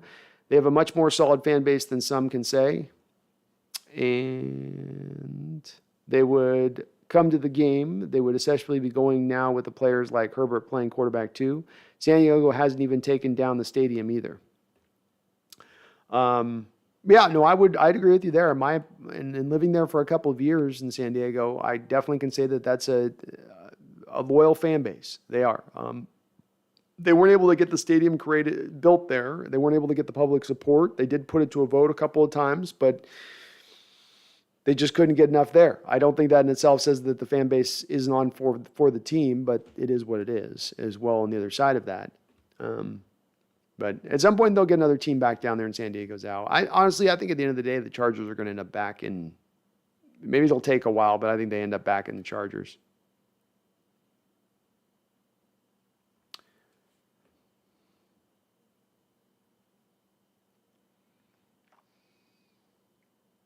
Robbie says Jodi also owns the Trailblazers.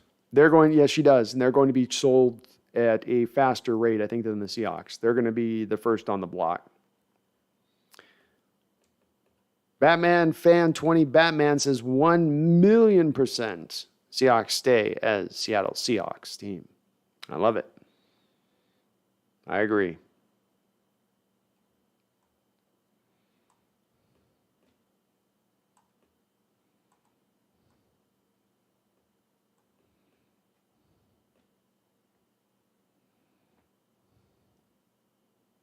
Robbie says Steve Ballmer overpaid for the Clippers big time, but with a net worth of $88.5 billion, that's just his side hobby.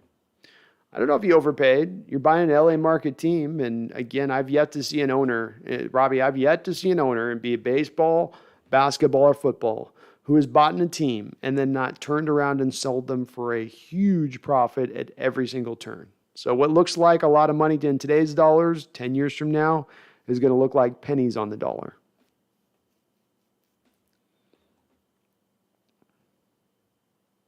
And yeah, Joe Biden's Make-A-Wish Trailblazers are being sold too. All of this is coming from the same place.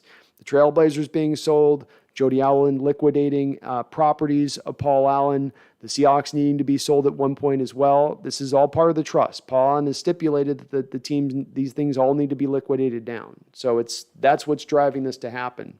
But that's also why it will happen.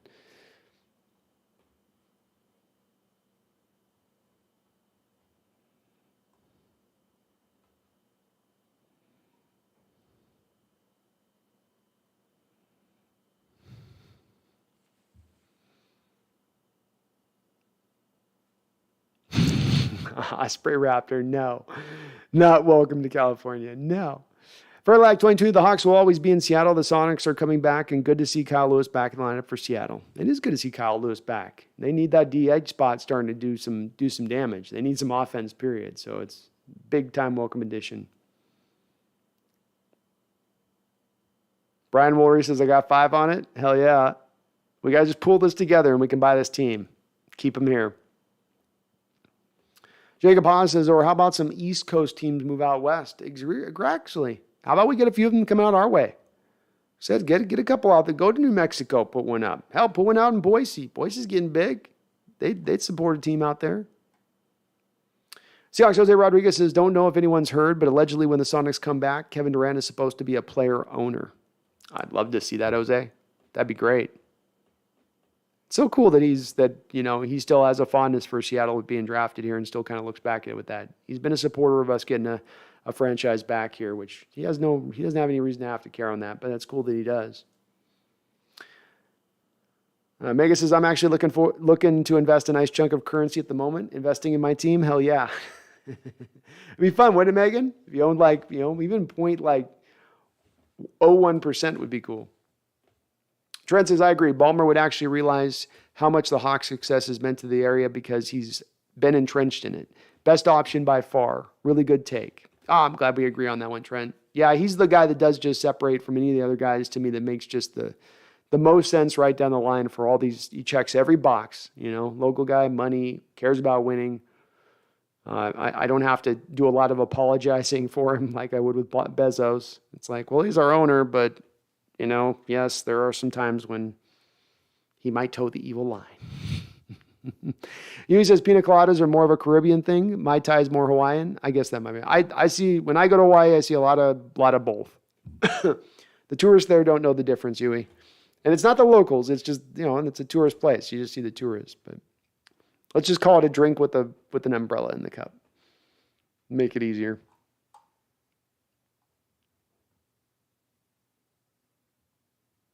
UEGK, why is the rum always gone? Why is the rum always gone? Why is that rum always gone?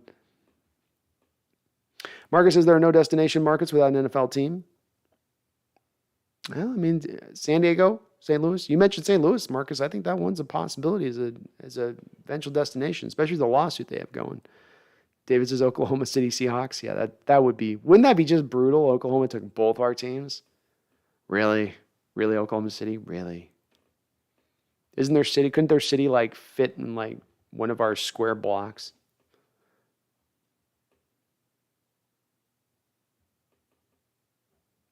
Megan says I was actually having surprised.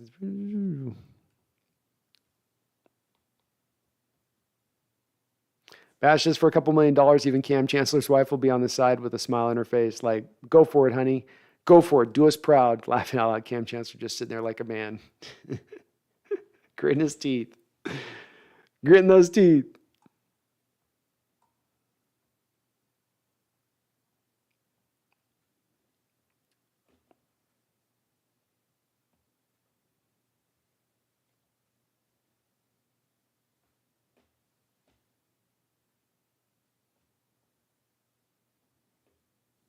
Huey says Portland can't afford the Seahawks. No, they can't. The Portland Seahawks. Trent, hot take. The NFL will actually relocate the Cleveland Browns before the Seahawks. Oh, jeez. Well, I don't think either move. I think both are going to remain, especially the NFL already moving Cleveland once. I don't think they would do a franchise like that twice. Though let's face it, Oakland's over there raising their arms saying, hey, we're over here. Happened to us. Happened to us. No NFL team here anymore. So I think both of them end up staying. I think that it's not in the league's interest to move teams around. I just don't. I don't even think there's a team right now that jumps out to me as we go forward that now that they have moved the Chargers and the Rams, and even the Rams one was like, dude, that was not the most one you could see coming down the track. They just won, Super Bowl recently. Once were really good. I don't know. I like it though. I like the hot take. Hoodie Jube is in the house. What's up, Hoodie Jube? He does a lot of great content over there in New Orleans side of things. He must be feeling good about this offseason, my man. He says, what's up, Brandon? What's up? Can't wait for us to collab this season for our Week 5 matchup. Great stream like always. And special shout out to my favorite Seahawk, Megan G. And new Bronco member, Charles Riley. What's new Bronco member, Charles? What is this? Well, thank you, Hoodie. And absolutely, man, we'll get our collab going and get that set up for this upcoming season. It's going to be a really good game. And as well, man, I really do feel like your New Orleans Saints are really going to probably surprise some people this year with how good they are and how well they've built out that team and just in total. It's rather than going for star power, it's been more about just keep adding on the parts there. And if they can get something out of Michael Thomas this upcoming season with the rest of the receiver core, the way they put that in place, could be difficult, could be tough. Could be tough. It's all going to be based on how well Dennis Allen can do hitting the ground running there with that Saints team. But thank you for the $10 donation. Very, very kind of you, Hoodie. I really do appreciate it.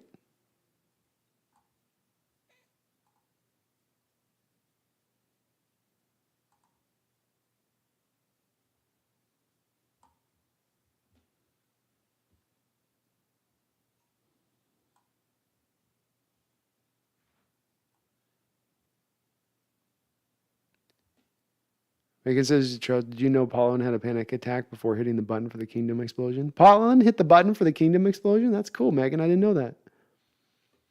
D-Man says the Mariners Stadium vote failed, but the legislators approved a new stadium anyways. The Seahawks Stadium was voted in. Oh, I'm sorry, D-Man. I forgot. I'm getting older, man. Stuff gets confused. I knew it was one way or the other. One was a no and one was a yes, but okay. Cool. So we approved it. That's cool that the fan base did. I like that a little bit better than when they just put the deal together in the background on their own and people were like, no, we didn't want this and you did it anyway. How dare you? Delakeys in San Diego and St. Louis need expansion teams.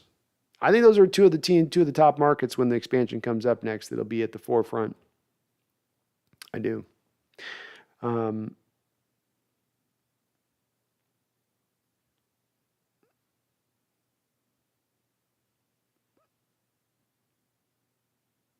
Muhammad Al-Shafari says Grant is a devil's advocate guy.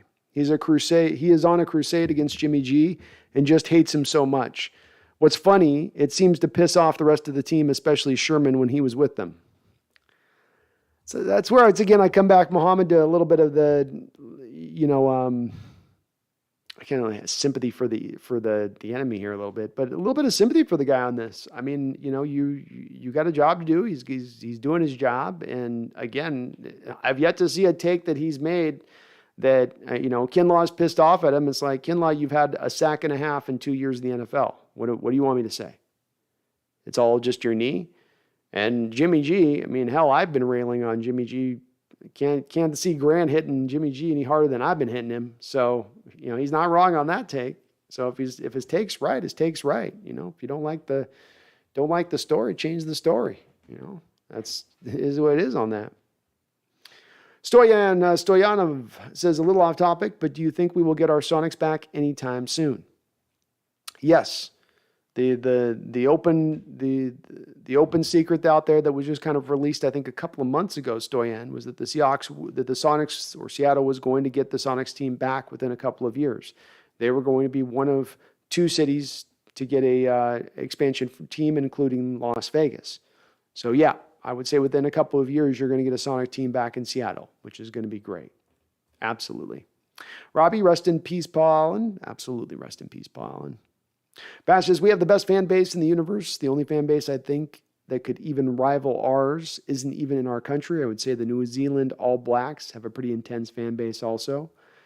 Megan would definitely agree with you on that, Bash, as you see below there. She's a big All Blacks guy. Girl, woman. Sorry, Megan. Said that weird. Exciter says, Niners smell blood. Could be. Megan says, I'm talking a couple million Aussie at the Hawks Nest. Hey, we can get it going here, Megan. We just got to get that. We got to get a GoFundMe going here, you know? Just got to get the GoFundMe hit going. So I just get 49ers for the division. Can you handle that? 49ers aren't going to win the division. They're going to have to offload Jimmy Garoppolo. Then they're going to have to pay Bosa and Debo with the money that they save from Garoppolo, which means that they're not going to fill out the roster any more past than what they've done, which has been pretty much a milquetoast off season. Then they're going to go out and watch Trey Lance not still be ready yet for at least another year, which means that then the offense is completely held back and they're completely relying on their running game. The running game then suddenly starts to get stifled as there's no more Alex Mack, there's no more Laken Tomlinson, and then as the running game starts to stifle, it just puts more of a spotlight on the fact that they can't really throw the ball. But, I mean, that's just my take.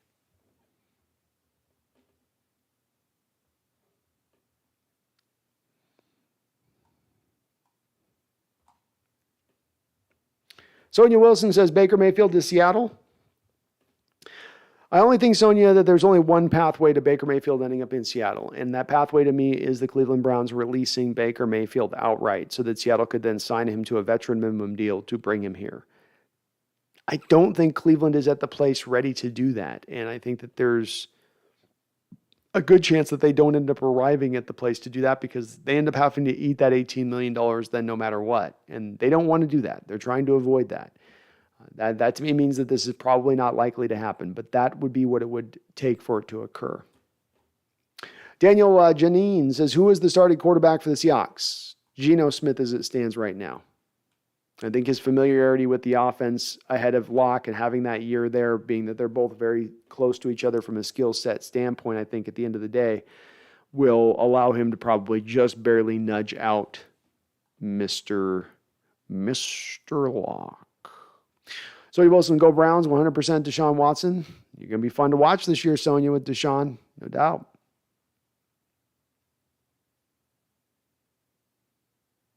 Margaret says St. Louis over Seattle as a destination city. Absolutely not. They lost two teams. It's a good point, Marcus. Of course, St. Louis lost first to the team to the Cardinals in Arizona, and then they lost St. Louis to LA. So you're not wrong there, at least on that respect of things. I'd say I wouldn't say it's a more viable place than Seattle necessarily, Marcus. But it just if you had, Bill Smith, who's lived his life in, drinking Milwaukee's Best in St. Louis all day, and he's a billionaire, and he's like, I want that Seattle team. I'm going to bring him here. Let's bring him over here. You never know. Weird things have happened. We had greasy Southern owners come in and do it. That means anything can happen. Delakey says Sacramento doesn't deserve an NBA team. That was the one I thought for a few years we were going to get. I thought they were going to end up moving them to Seattle from Sacramento. With the Warriors ready to take fully over that Northern California market. Sort of made sense to me.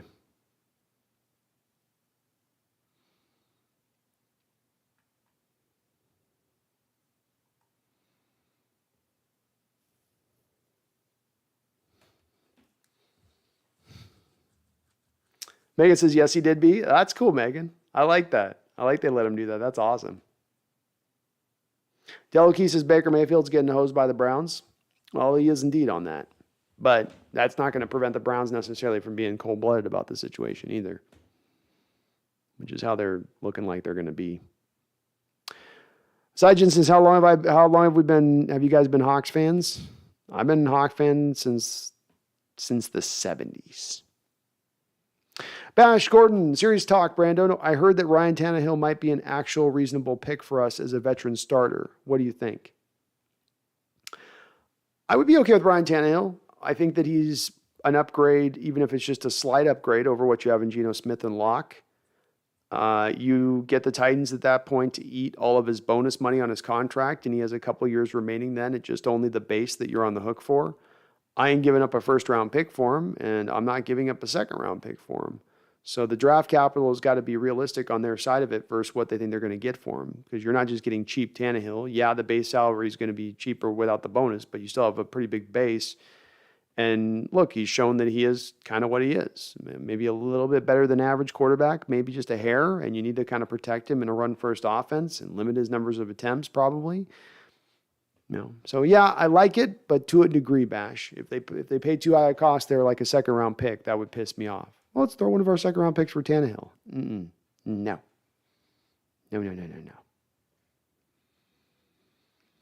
U2K says Safeco deal was a great move by the government leaders. Mariners were definitely leaving town without a new stadium for sure. It's very true. I'm glad they did it as well, man. And I think that there is a lot of money that is brought in when you create these stadiums as far as the tourist dollar that comes in. I think it's legitimate on that. There's a good back and forth on this as far as debate goes with this, but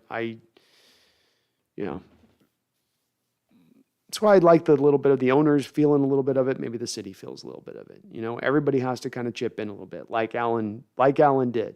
I really appreciate that deal because of that, because he found a little bit of less of just it's all on you guys. And look, I'll bring my side of it, you bring your side of it, and we'll build this together.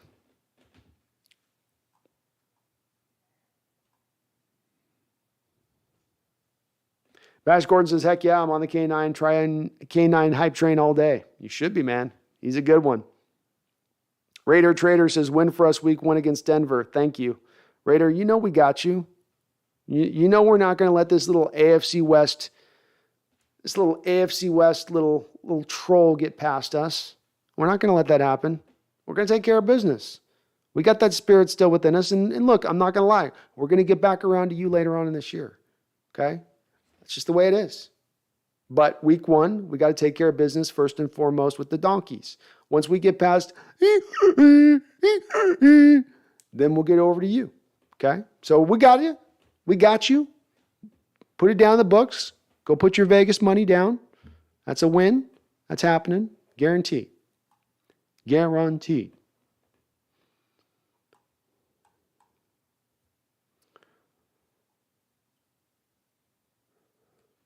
U2K says Baker's not getting hosed. He's getting $18 million guaranteed. Please hose me like that. Well, I mean, just hosed in the respect of it's definitely painting his career as you go forward. You get this kind of thing hung on your neck of you're going to be heading into that career backup phase, never getting a chance to start again. As much because the Browns got a market opportunity with Deshaun as it was Baker did something wrong. And he was a good soldier last year and fought through injury to try to stay on the field. But, he's being justly compensated for being hosed. Still being kind of hosed, though, just a bit. Chicken God, they brought Locke in with the Russell Wilson trade. They need to run with that and see how he does over the course of the season. If he's not the man, then draft 2 quarterbacks next year. Oh, my goodness. 2 of them, huh, Chicken God? Locke will get a try. I do think the best man's going to win out, Chicken God. And last time that we had a quarterback competition with Tavares Jackson, Matt Flynn, and Russell Wilson, Seattle let the best man win out. I think that Coach Carroll will do the same here. I don't think that he's as married to one quarterback or another, or, for instance, married to Locke because he was a piece of the Russell Wilson trade. I think that instead they're going to just go, who gives us the best chance to win every Sunday? And that will literally be where I think it begins and ends. King Bomber says, laughing my ass off. Brandon, speaking facts. Seahawks are going to smash those ponies week 1. It's just what we got to do. We got a wild horse problem here, folks. Okay? They're like the pig problem down in the South. They're running wild. They're destroying crops. They're running over land. They're running over livestock. Okay? So Seahawks week 1 just got to go do our community duty, our American duty. Okay? And we got to make some glue. You know what I'm saying? We got to refill the glue stocks. Have you heard there's a little bit of a shortage? Not after week 1. Not after week 1, there won't be. Ethan says, what the hell was that noise? That was the death rattle of a donkey dying at the hands of a Seattle Seahawk. You'll hear it again soon. Sajan says at the Hawks Nest, man, this is my first time watching your show. I've had a good time tonight. Well, thank you, Sajan. I appreciate you giving the show a chance tonight, man. And we always have a lot of fun here. So we keep it light. We keep it fun. Every once in a while I go on my rants and get up in my feelings. Most of the time it's just good times here. So good vibes, man, all the time here. Appreciate you. King Bomber says, I'm calling it. Drew Lock is going to throw 5 touchdowns, 0 picks week 1, and everyone will get hyped. Then the other 16 games, he'll throw 2 touchdowns and 2 interceptions. Or 2 touchdowns and 8 interceptions, something like that. Mariah C., are we seriously being sold? Mariah C., the story broke out here recently. I'll post it. You can kind of see up over my shoulder here, and you can definitely just Google search on John Canzano, who does some reporting for Oregon.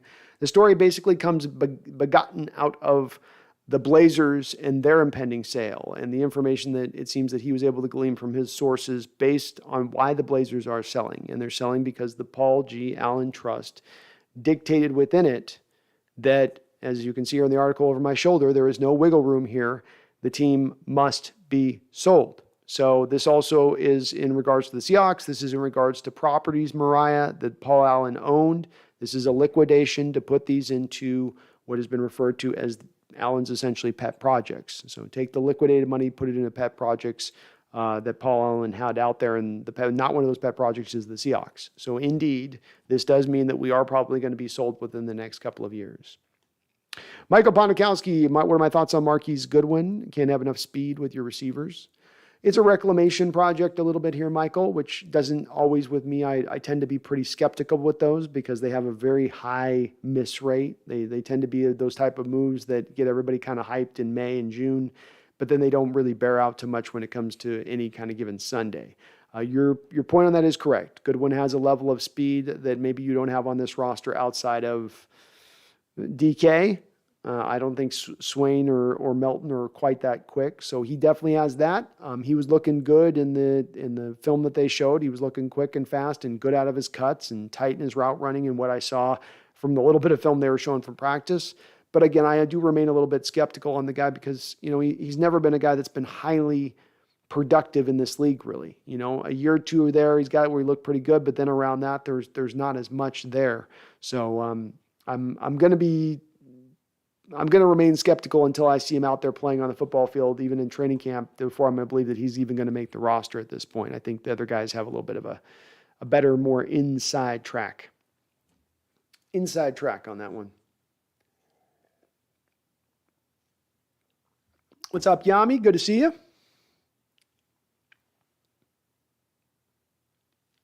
Ethan Tech World says, Mr. Walken, what do you think Schneider says after a negotiation session with Mark Rodgers? And what do you think he said when he knew he wouldn't have to talk to him again?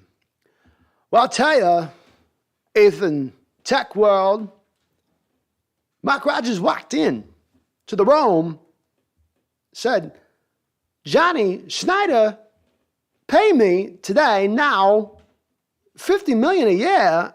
Russell Wilson, he's unlimited all the time. Johnny said, go F yourself, Mr. Rodgers. This ain't my neighborhood. I don't know. This is what I heard.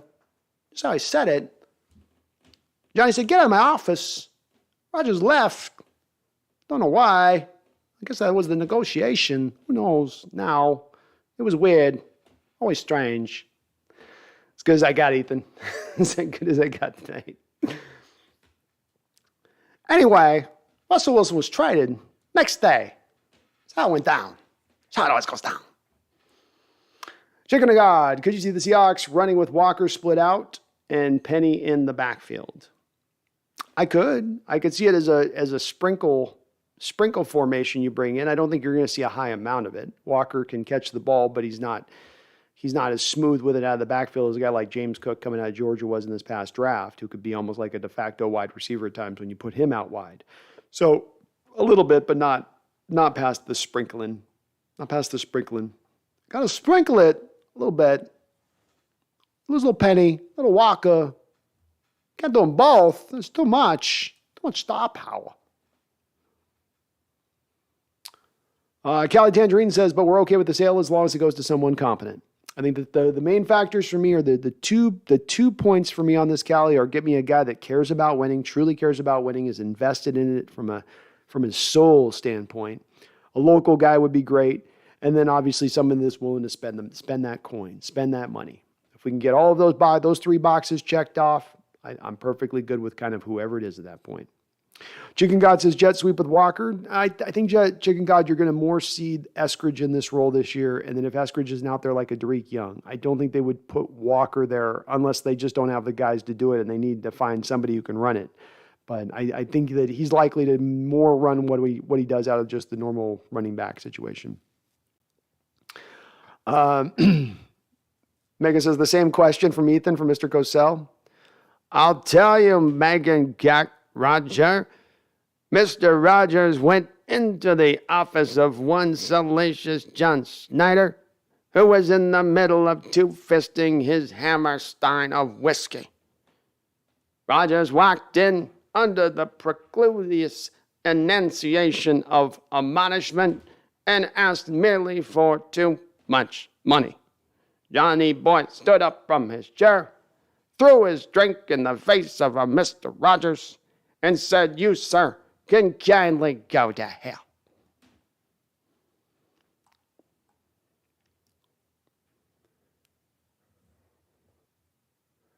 Michael Ponikowski says, who do I think will buy the Seahawks? Just hope it's someone local and keeps us here for a long time. Me as well. Herbicide says, can Marquise run a sweep? I don't remember him running a lot of that. He's done just basically wide receiver things to my eyes. So I mean, he's got it as far as he's fast. He could get across that formation very quick if you asked him to do it, but he's also not got that kind of running back mold skill-wise, yak, guy after the catch stuff that you need him to be to probably get the most out of that. Marcus says, thank God Jerry Jones is still alive, or San Antonio, Austin, Texas would have been legit markets for NFL expansion. San Antonio even has a dome already built. It's old, but moving ready for a few years. Yeah, they're trying, Marcus. There was even a story this year that broke that they were saying Texas can handle another team. And you're right. Jerry's the one that's been pushing back against that. And I think he was fighting for Houston to keep Houston out of there back in the day. But they will eventually get one to San Antonio too. Football's just too big in Texas for it not to happen. Grug, I read somewhere that Waldron's system is similar to what the Broncos ran in Locke's rookie season, where he played his best NFL football. He was 4-1 as a starter and put up some good stats. He did, Grug. I can't speak for sure. I think I've heard that as well. I don't know for sure on that first part of it. The 4-1 he had was good, and he did play very well. It is worth noting with that first initial start he had that rookie year that he was playing against some of the worst defenses during that stretch of going 4-1. So they weren't maybe as much of a test for him at that point. But the system fits his skill set really well. It's not going to ask him to overthink, which is a little bit of what it seems like the Denver Broncos system was asking him to do most recently. It's going to just prescribe where he needs to go with the ball. It's going to lead him away from a little bit of his limitations to at least a small degree at that point, in my opinion. And that should be encouraging for us in the hopes that maybe he can tap into that next development of his game, Grug. Trent Sybot's Eskridge was showing up in the new practice OTA film, did a real dirty route with Locke throwing to him. He looked fast. I think I saw that too, Trent. He was looking fast. Looking good. Megan says, John Thompson, the Hawks' first ever general manager, passed away. Yep.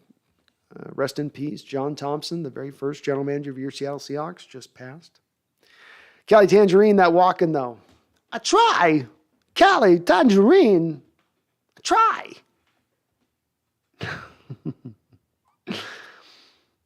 It's hard to do. He's so weird and how he talks. It's just his own sort of thing, but I'll do it all night once I get going. That's the way it is all the time. Megan says, what a waste of good booze, JS, but totally worth it, love it, B. He had to do it, Megan. That pugnacious son of a bitch got up into his face asking for more than he was willing to offer. It was only a matter of time. Callie Tangerine says, any thoughts on Pepsi no longer sponsoring the halftime show? Oh, does anybody drink Pepsi anymore? And, it costs a lot of money. The NFL, when it comes to the Super Bowl, look at the commercials, right? What are they up to? Like $5 million for one little 30-second spot. So, I'm sure it got to the point where they're like, we're not giving you $100 million to sponsor the halftime show. Daniel W. says it's funny how Bezos gets all the hate because, I missed a couple of donations here. Sorry. My bad, Hoodie. I missed your donation on that. Hoodie Jube with another $5 donation. Thank you, Hoodie. I really appreciate you, my guy. Thank you so much for that. You're very kind in doing so there. He says, prayers out to those families who lost their child or loved ones in the devastating event in Texas. Still mad and upset. Your thoughts? Well, thank you for the $5 donation, Hoodie. Very kind of you. And yes, thoughts, prayers. And definitely that's been in my thoughts on what happened there. It's a very sad thing that happened. In all honesty on this, and I'm a very much a guy that tries to stay in this lane, and I've got a very particular reason for doing so, Hoodie. And if to kind of understand this a little bit, I go back to a clip of Johnny Carson back years ago. And even in this age, I know when there's things that happen, it seems like, well, that's not political. Well, that's not. Everything has become political. And I love the clip of Johnny Carson talking in the clip where it's a 60-minute interview. And they said, well, why don't you do more stands on political stuff? Why don't you say more? It's like, look, that's not why people are tuning in to watch me. And I've watched a lot of sports people with political takes over the last couple of days. And I'm not going to fall into that same mode myself, Hoodie. I don't do this because I want to have political takes or say anything about what's going on in the world. I do this because I love football and it lets me get away from the real stuff that's constantly going on in the world. And that's what I really do love about it. If I'm doing my job correctly here on this channel, nobody out there would be able to understand what my political affiliation is in any way, shape, and form. And it should be that way for every single sports analyst, in my opinion. Thank you for the donation, though. I really do appreciate it. Charles Riley, a $5 donation. Thank you, Charles. It says, Mark Rogers is representing me in my lawsuit against Taco Bell. I messed myself coming back into work after a three-bean burrito bunch. And he's arguing that you should make 5 times more in the lawsuit than any other prior lawsuit against Taco Bell in its history too, right, Charles? That dirty Mark Rogers always pushing up the value. Always pushing up the value of things. I know, Your Honor, the previous settlement was for 24, but you can see my plaintiff here in Charles Riley is still seriously having tummy issues. Still had serious tummy issues. Look how he's rubbing that tummy. That's worth at least $250 million.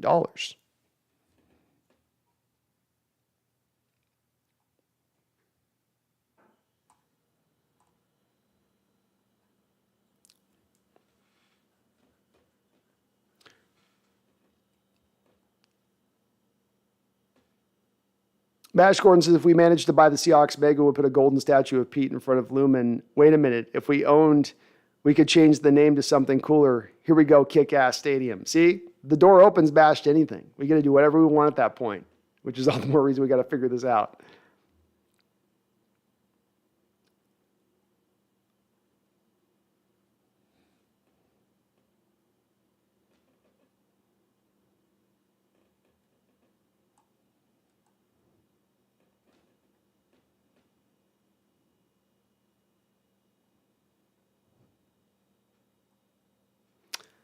Tribe says Trailblazers are in the same boat. They've been garbage since Allen passed away. Well, it's a little bit of where I think we can get some encouragement here from new ownership as well, as that we get maybe an owner in here just a little more invested, even if it's just a smidge invested into the process of winning and getting this turned around.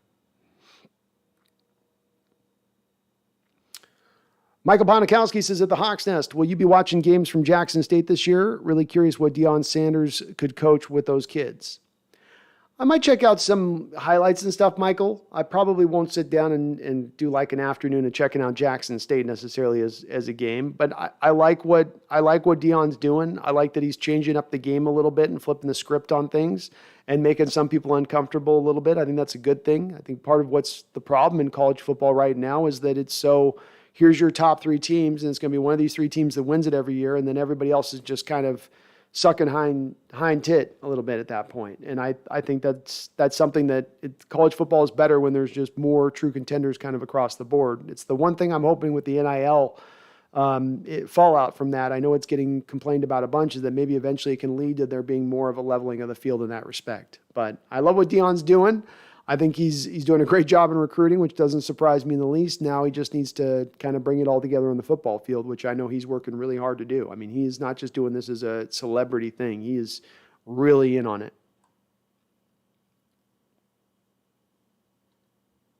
Bash says, just for the simple fact the Redskins have been called the Redskins, they should be first East Coast team to move and become the Aztecs in New Mexico. Go Seahawks. That would be fitting.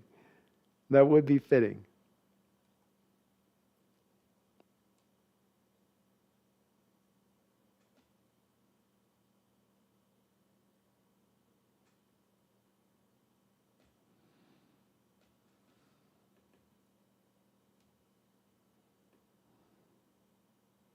D-Nugget says, hey, what's up, D-Nugget? I hope the Seahawks stay in Hawks Seattle, too. Have a good night, Sajin. Thank you again, man. Kind of all the kind words.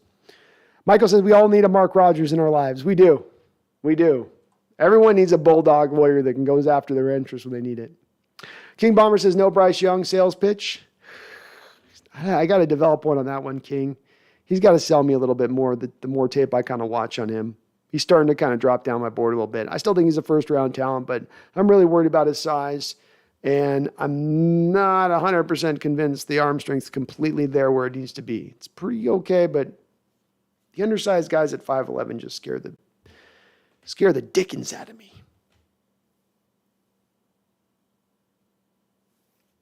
D-Nugget says, respect to the fact I listened to you for 8 hours or more than once occasion, and I really do have no idea what political party you belong to. Good job. It's going to be where I always try to go with it, right? And people may not be happy with me for staying on that place, but I want to stay here because it's just, like I said, it's you go watch how Carson talked about the situation with it. And I think he really hit it on the head when he got asked about it. It's like, you got to know your lane and know what you're doing. My lane is football, baby, and it's a beautiful lane to be in, and I don't need to be out of any other lane but that lane. At least when I'm talking to you guys. At least when we're chilling. Oh, Dean, thank you for mentioning that. Please do hit the like button if you like what you're listening to here on the stream. It does help me out. Cali Tangerine says, crazy conspiracy theory. Get Bruno Mars to perform at the halftime show again, and the Hawks will win another Super Bowl. Well, hell, I'll tell you this. I'll have Bruno Mars perform just to have Bruno Mars perform because he killed it. He straight killed that out. No silly weekend wall of mirrors crap that he tried to do or stupid freaking shark thing that Katy Perry did a couple years ago. Just straight up performing, balls out, and murdering the show. Like, just great. So he could do that every year. Just pay him all the money.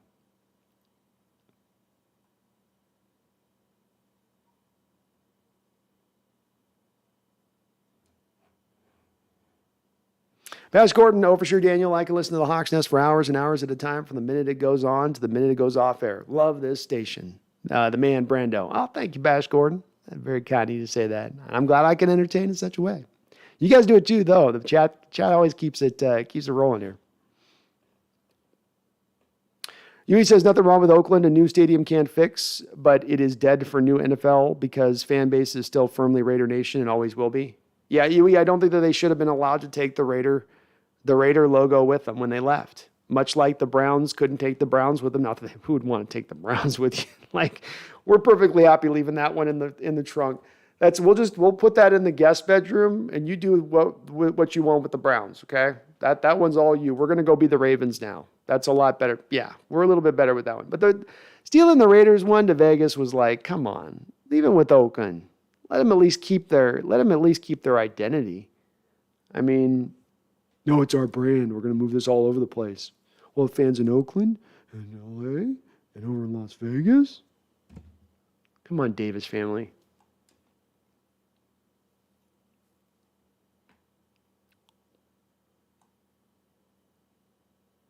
King Bomber says Bryce Young's 5'11". Damn, I thought he was 6'1". You know how they do this right now, King Bomber. We're at that time period before the combine with these guys when they're in college still.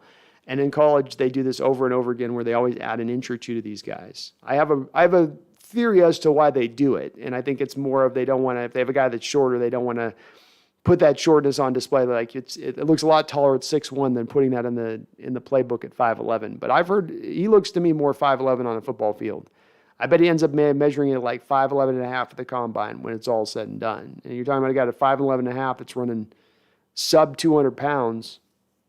I'm just going to worry about that. Just like I worried about that with a little bit with Matt Corral. I'm going to worry about that as far as can that hold up? Can you know? You get going. Trent Cybox says, have a good night, man. Let's go Bomber. Bum, bum, bum, bum, bum. Bum, Bomber. Let's do it. Daniel W. says, maybe you don't want to read my comment, but Ballmer is no better than Bezos. Ballmer has child labor in foreign countries. With Bezos, we see his warehouses in our face, so more outrage. Oh, I'm sorry I missed your comment on there, Daniel. My bad, man. I didn't mean to do it if I did. He could be. Like I was kind of saying a little bit before with it, I think when you talk about billionaires in general, I think you're pretty much going to find a sweatshop with just about every billionaire just about everywhere. It's going to get hard if we're going to get down to let's find the saintly billionaire owner who also cares about winning, who also will put down his checkbook. I don't like to go necessarily after a guy that might be like that necessarily, but it's more also just sort of that's kind of the nature of the beast and what you get with these kind of dudes a little bit. And maybe there's those outliers. But again, too, on this, we're kind of Daniel mentioning just early names here. Now that we know for sure that these are the team is going to be sold, maybe we'll hear about some other guys in the background that were former Microsoft bops or Boeing bops, and they were investing at the ground level, and now they have all this money that's cleanly gotten. But they're just an early guy,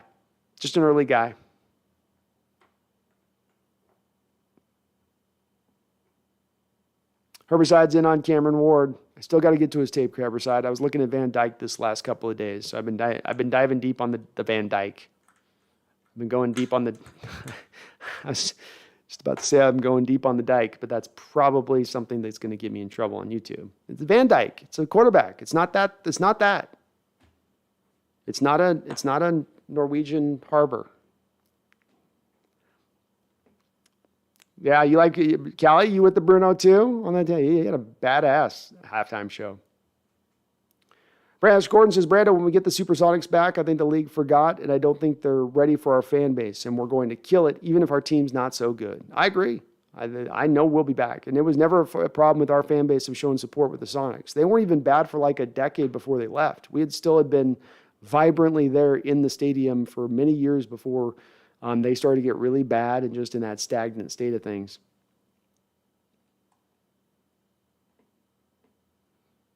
King says, gotcha. I'm the same with short football players. Always have that little bit of concern. I do, King, and I think it's Russell Wilson as much as anything has kind of nailed this into my head as much as anything. Beyond, Russell obviously had a little more of a thicker body to sustain the contact, but especially the light quarterbacks that then are undersized in addition. So now I've got some worries about your ability to hold up at that size, and you also have maybe some limitations as far as size go. I just sort of go, check, please. Let me go find something that I don't have to overlook that from. Or if you're going to be that guy, much like with Russell Wilson, you have to have so many other special skills on the other side of the barrier there that offsets that stuff. And I haven't seen enough of those offsetting factors with Young quite yet. I might. There's another year of footage here, but just the early footage is where it is with me on that. Iridescence. This has been a long time since I commented, although I love your streams. You keep me entertained all day and hyped for football season. Go Hawks. Well, Iridescence, thank you so much. Very kind of you to say, and I do recognize your name. I know you've been here a few different times, but I'm glad I entertain as much as I do, guys. You entertain me and keep me smiling and laughing all the way as much, every bit, if not more so than anything that I'm doing on my end of things. U2K says Oakland should have built a new stadium. Coliseum is a dump, has been for a long time. Agreed. They should have gotten that done there one way or another, especially again with the fan base as dedicated as they are there. You know, there's no doubts about that aspect that they want it there, that they would want the team to remain. Silly that it had to go through all that it had to go through and still never got done. Kay says, have you seen Javon Kinlaw's interview with Grant Cohn? Kay, it was hilarious. I was laughing so hard at it. And Grant's trying to poker face it. He's trying to push back against Javon, but his heart's also not really in it. And so then he just lets him go at one point. But yeah, it was chef's kiss on that one. Just yes. Although I probably shouldn't laugh too hard. I'm gonna probably be doing a stream at some point like, oh, here we go. We've got LJ from Texas, and suddenly Collier's on here and is like, bust, huh? Bust, huh, mother effer? What? Really? Yeah, say it to my face. Say it to my face. I'm like, well, LJ, you stopped the run really well. I mean, maybe defensive tackle would be a good change for you. I was just talking. I was just talking, LJ. So I can't laugh too hard, Kay, but I did laugh a little bit. Poor guy. Bash says, I'm with Brando on Levis at the moment. I think Levis would be a good quarterback here. Depends on how the season goes for him. Agreed. He's my number one guy. You probably see what I like in him a lot there, Bash. Talked a lot about a couple of my issues there with Wilson. Not Wilson, but Young. You don't have those same issues applied to Levis. Bash says, do the Niners smell blood or are they just on their periods? Go Hawks. I think they're spotting a little bit, Bash. I think there's a little spotting going on right now, if you know what I mean. Danny W says, yeah, for sure, it is what it is. I'm just saying Bezos gets 10 times more outrage than Ballmer because his bad labor practices are out in front of our face here in the USA. For sure, you don't get $1 billion, though, with kindness. Agreed. And I get what you're saying there. That's fair enough to say. Definitely fair enough to say. And Bezos does sort of sit as the face of the evil billionaire, right? He sort of is, for whatever reason. Of course, then he makes penis rockets, and it's like, dude, come on. You're doing the Dr. Evil penis rocket, literally. Like there's leading into it, and then there's like leaning into it, you know. Bash Gordon, Cleveland isn't ready to let go of Mayfield, even though they say they are, because they're not sure if Deshaun will play this season. He still has court cases popping up, which is crazy. It is crazy. Yeah, it's just in their best interest to kind of sit and wait on that one, in my opinion. I know they'll get some blowback on it, but it still makes a lot of sense, especially for a team that's trying to compete next year. Herbicide says, no worries, man. I guess Cameron Ward ain't going till the third round of the latest projections I saw. Well, that's early projections, though, Herbicide, right? Spencer Rattler was going to go number 1 overall last year at this time. So he still might be a dude. He might be a guy in on this. We'll see. Go Scion. What do you think about Tyler Van Dyke? Watched a lot of Van Dyke this last couple of days, Go Scion, so I dug into him. He is a dart thrower at the quarterback position. And he is incredibly precise inside the red zone with his throws, especially anything with any kind of touch whatsoever. He really can put the ball right where he wants to put it. Throws with a decent amount of velocity, so slightly above plus arm, not a great arm, but slightly above plus. Does throw with great anticipation. Accuracy in between the 20s is all over the place. All over the place. And there are a lot of misses in his throws off of last year's tape where it's like, dude, you didn't even come close on that throw. Which is odd for me because he has so much more cleaner mechanics than, let's say, KJ Jefferson, whose base is all over the place. Van Dyke is so much more consistent in where his feet are and how he sets up to throw, where he gets himself pointed to the target. But yet he still ends up coming up kind of inaccurate for me at times that I'm finding a little bit concerning. With that said, really live arm, really smart way that he controls the quarterback position. I don't know if there's another quarterback outside of Levis yet that I've seen. And Stroud is again is a guy that I still do need to look a little bit more deeper in as well. I'm just getting into this process with these guys. But his command at quarterback, what you want from your quarterback and controlling the action and the flow of the game and moving with tempo with the offense, he has all of that to him. A lot of that sort of intangible qualities that aren't as easily identified for their physical traits. But I do like what I see out of him. I do need to see a little more consistency in the accuracy for the next couple of game tapes that I watch on him to still put him into a first-round realm of things. If he's going to be as inaccurate as the first couple of games I've watched, where it just goes wild and all over the place a bit, then that's going to change my outlook on him a little bit. But I like his mechanics. I like his throwing motion. I love his ability to throw a touch and layer his throws in there, change his velocity up versus what's called upon on a given route. U2 cases can't become a billionaire without exploiting a whole lot of people. Capitalism is a dirty business. Well said. Riverside, the Watson stuff is getting juicy. Be shocked if he plays this year now. It is turning around. Boy, his guaranteed contract's looking all the better for him at this point, isn't it? Dan W. Grant Cohn has gotten a lot of hate from Seahawks fans, but after that interview, I would love to have him as a Seahawks reporter. He seems 10 times better than any reporter we have, not scared to ask. That's a little bit of what I was thinking too when I was hearing people's talking about him, where it's like, people don't like, I've noticed this at times when I raise up the alarm bells on things that I think are concerning and just being honest about it. And I think that I've got a leg to stand on with it. And people don't like criticism of their team at times, even when it's on point. I've seen a lot of retraction at times when I've had to take those kind of points on things. So I sympathize for him on that. To your point on that, especially because there's times when we have our reporters here in Seattle, God love you guys. There are times when we're not always asking the hardline question of our coaching staff. Not always. And I agree with you, A2K. I think that Watson will play this year at least 8 games. I don't see him out the whole season, but we'll see. Kelly Tangerine says, I'm inclined to believe B's wardrobe only consists of hot colors, and I respect it. That's right. I bleed blue and green. I wear blue and green, and that's all I need. I don't need but 2 colors. That's it. That is it. Ethan Tech World, I think I want to flip my house over from watching this damn Mariners team. We were excited about the 2021 Seahawks, and the Mariners season feels like how expectations, reality turned 180 degrees. It's been a rough one for them. It's been a tough uphill battle there. It is still a long season, though. We'll see.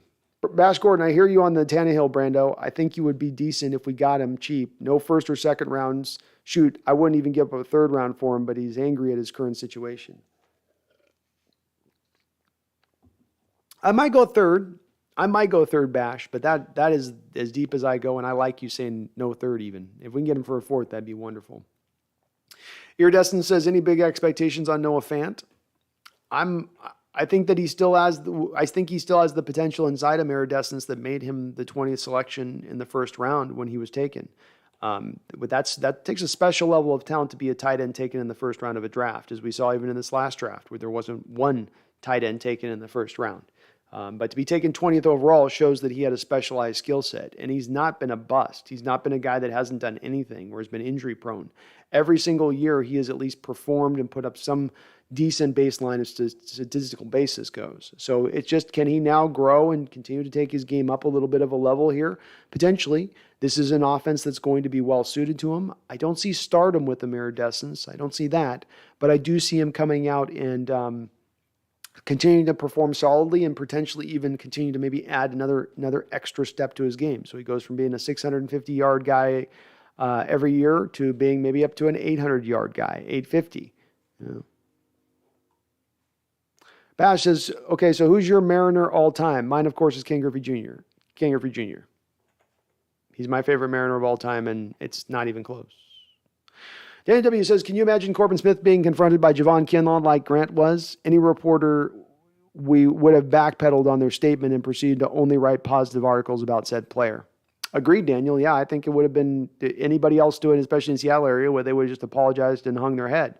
It's sometimes the part that gets me a little mad. It's like, sometimes let's be harder. Let's be a little stronger. And, these players now getting all up in their emotions about things, and you can't say this about me, and you can't say that about me, and I'm doing it. Yes, we can. Yes, we can. That's Grant's job to do that. And again, it's not a new job that's been just created out of the ether with social media and the internet. This is a job that has existed in its various forms going back decades.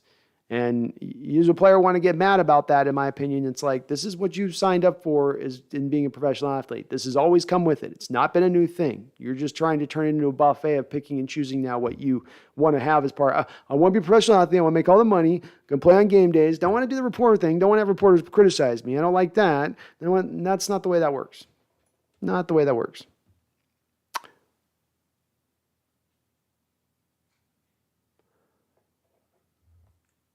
Herbicide says, I saw A-Rod hit a bunch of homers, never saw Griff hit one, in person, that is. And see, every time I got to watch Griffey play, he hit a home run. Like I was in the Kingdom when he hit his, I think, 6th game in a row with a home run. Oh, man, he crushed it right off the second deck. Wow.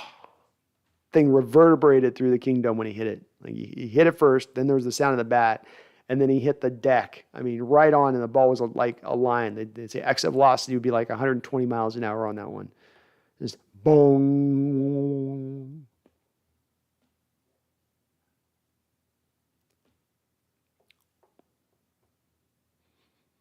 Callie, we occasionally wear a wolf gray B. Wolf gray, yeah. I got to get my more wolf gray in my closet. Go Science says, I know this is a random question, but who would you like the owner to be for this team?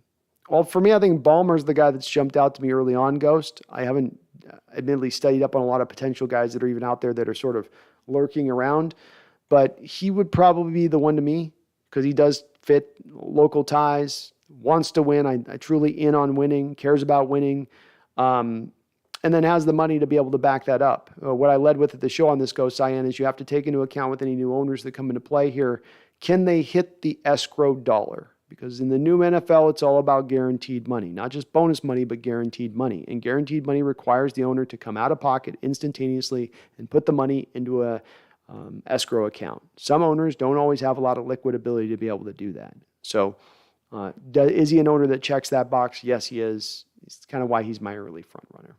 Megan Cockroger with a $2 donation. Thank you, Megan. This is Heading Out B. See you Sunday. Sounds good, Megan. You have yourself a great night. Appreciate you jumping in and all the donations, of course.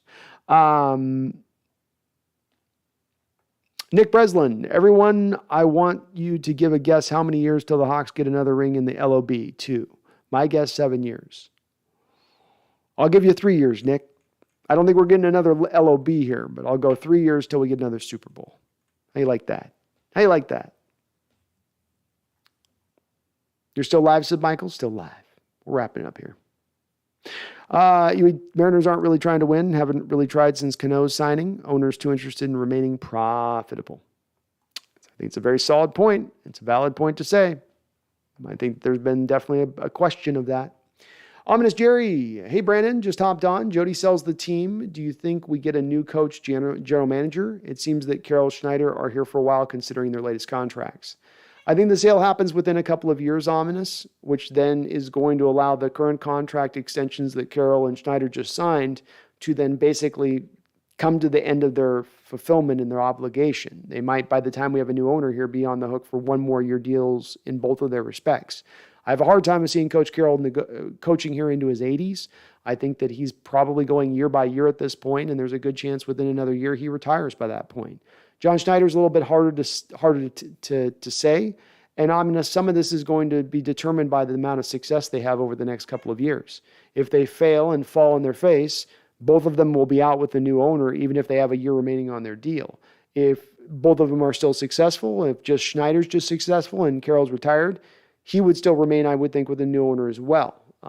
Eventually, sooner than later, new owners are going to want all new guys because the owners are going to want to feel like they get the credit, right? They're going to want to say, okay, I hired that general manager, and then that general manager hired that coach, but it all began with me and my decision-making, which has then led to the Super Bowl, versus you arrive as a new owner and there's already that general manager in place. I think there's a little bit of sometimes some ego that comes into this that just calls upon the change to be made, whether it's warranted or not. But it will all be dependent upon Ominous what they do over the next couple of years, really. That's going to be the end of it, or the main drive out of it.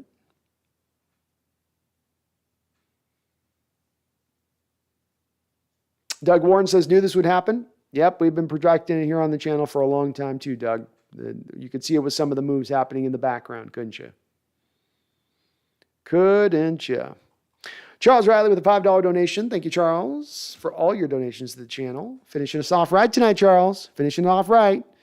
Says, I'm donating to find out who the Orange Cat likes better, Edgar or Junior. Ooh. Okay. We'll play this one out. Hold on.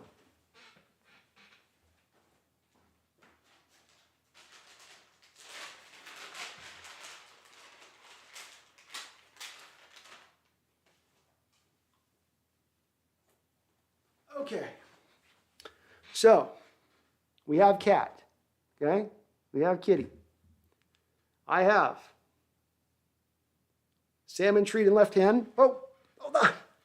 I've got salmon treat in left hand, salmon treat in right hand. Left hand is Griffey, right hand is Edgar. Let's see what the cat picks. Oh, which one do you want? Come on. No? No Edgar? Come on, pick one. I guess she's a Randy guy. She's a Randy Johnson guy, Charles. Neither salmon treat. So, there you go. There you go. I guess we're going to have to go with Randy. She's a Randy Johnson. She likes the big unit. What can I say, Charles? You know? She continuously surprises me, man. Nick Breslin, it's crazy how 2014 Broncos broke records that season and won the AFC and got to the Super Bowl, and the Hawks destroyed them while being a young gun team.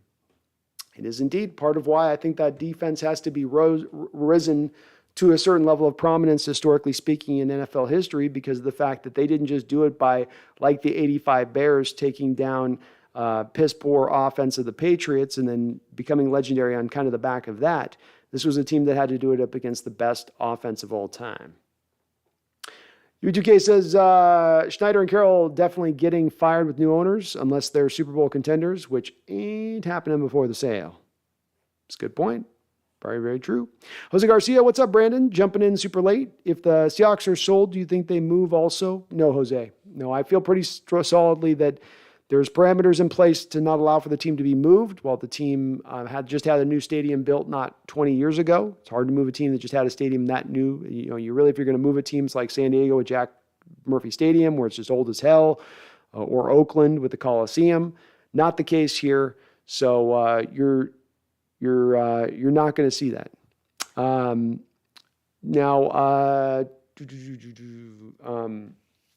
So yeah, I don't think there's a chance from that front standpoint, Jose. I don't think that Jodi would sell them to somebody that would move them as well. In addition to that, if that wasn't enough to stop it, I think she's going to honor her brother's memory and making sure it's a local person that's going to keep the team here. And I think they'll put that within the contract of the sale. Yui says no cats were harmed in the making of this live stream. No, there weren't. No cats were harmed. She's eating salmon treats as it is right now. She's fine.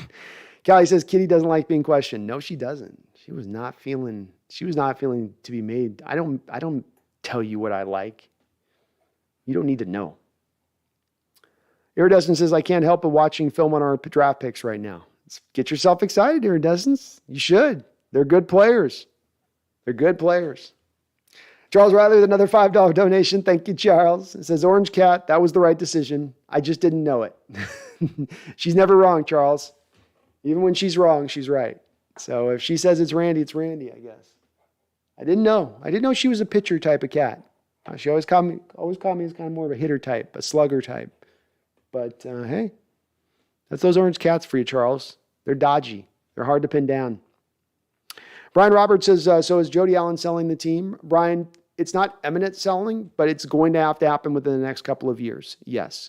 The Paul Allen Trust is dictating to Jodi in the parameters of the deal as it was prescribed by Allen back in the day, is that the team must be sold. The Paul Allen G Trust must be liquidated and all its assets, including the Seahawks and the Trailblazers and all of the variety of different properties across the country that Allen had bought, in order to then take that money and put it into Paul Allen's pet projects. So the Blazers will go first here, Brian, within the next year, and then the Seahawks will follow up soon behind them in the sales part of it. Michael YT, Steve and Jones being a part of the draft might have to do with why we chose Charles, Cross, and Lucas picks.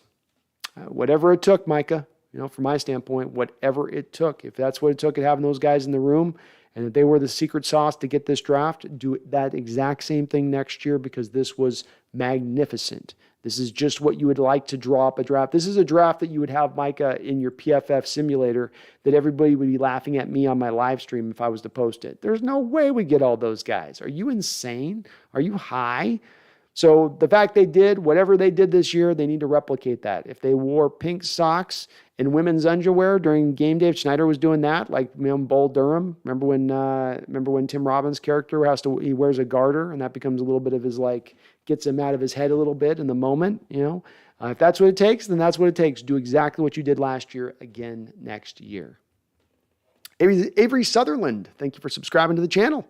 I appreciate you. Very kind of you to do so here. Jose Garcia, has there been any new word on the DK extension? None as of yet, Jose, but I think silence is a good thing here. That means silence also means we're not hearing discontent. Silence also means that we're not hearing negotiations have broken down.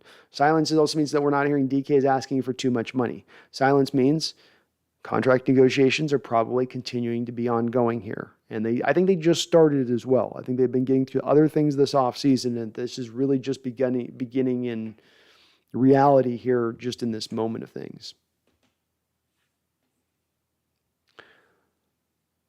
Nick says, I was surprised by Marshawn Lynch coming out of retirement for the second half of 2019-20 season and still being hard for defenders, but lost to the Niners. I was too. It was great on Marshawn doing that, man. Andrew, 182, thank you for subscribing as well to the channel. Appreciate it. A couple new subscribers here at the end of the show. Awesome. Dom H, how you doing, man? Good to see you. New 2 cases. Did you hear about the draft day trade with the Packers that didn't happen? It was for the 28th pick. I did, Huey. I took from that and reading that in the article of John Boyle that they were looking to target, according to John, a lineman up around that point in the first round there. And I think the lineman that they were looking to target was Linderbaum. I think they were hoping he was going to fall into Packers pick, and then when that didn't happen, they sort of bailed on making that trade. But yeah, that's the one. And could you imagine coming out with Charles Cross and Linderbaum with your first 2 picks? Of course, then again, you would have had to have probably given up a second and a third. So you're giving up Walker and Lucas then to get Linderbaum. I like it better the way they went with this, even though I love Linderbaum. Michael YT, have I seen the video of Grant Cohn getting cussed out by Javon Kinlaw? That was wild. It was very wild. Yeah, we've talked about it quite a bit here on the show today, Mike, and I feel a variety of different things on that, watching that, and I tend to have, I think, more sympathy for, I tend to have a little bit more sympathy for Cohn in this situation than I do Kinlaw. And I understand Kinlaw, it's been probably really frustrating for him coming off the torn ACL last year. He hasn't been very productive in his first year. But all that being said, that shouldn't stop a guy like Cohn from being honest about the situation. And it sounds like Kinlaw didn't like that a lot. But yeah, that was crazy. Crazy. Ari Lynn, if Baker's cut, would you rather have him to get a few more wins or go with Locke to get a higher draft pick? I'm okay with getting Baker if he's cut, Ari, because he's on a low end deal, and if he makes us a little bit better in that point, and we didn't give up any draft capital, and he's not costing $9 million off the cap, then I'm completely open with bringing him in. To me, it's about if we can improve the position. I think that the tanking, lose for Levis, pay the price for Bryce, suck for Stroud. I think these are all really good to say. It's fun to say, but I think it's also a lot harder to pull that off in the NFL. And I don't think you want to set the stage with your culture or set a precedent with your culture that you're not all about winning at every moment. And look, with the moves they've made this offseason with the roster that they put together, if a couple guys develop, they could be right there kind of being a problem for teams, for people out there. So I'm with it. League minimum deal, I'm with it.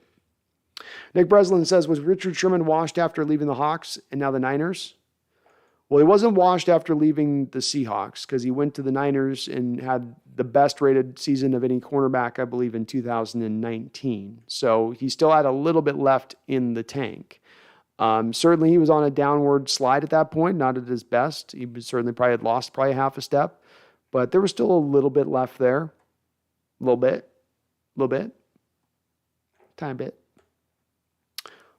All right. Well, we've reached 2.5 hours in here. Sorry, we're just going to do a kind of a quick show here today. I've gotten to the bottom of the comment section here on the chat. We're going to be bouncing back tomorrow with Brendan Nelson here on the channel. We're going to be talking a little bit about some of the upcoming prospects here in this next coming draft. Some guys we want to keep an eye on. Some guys you guys should keep an eye on who might be some interesting players our Seahawks could maybe take a look at.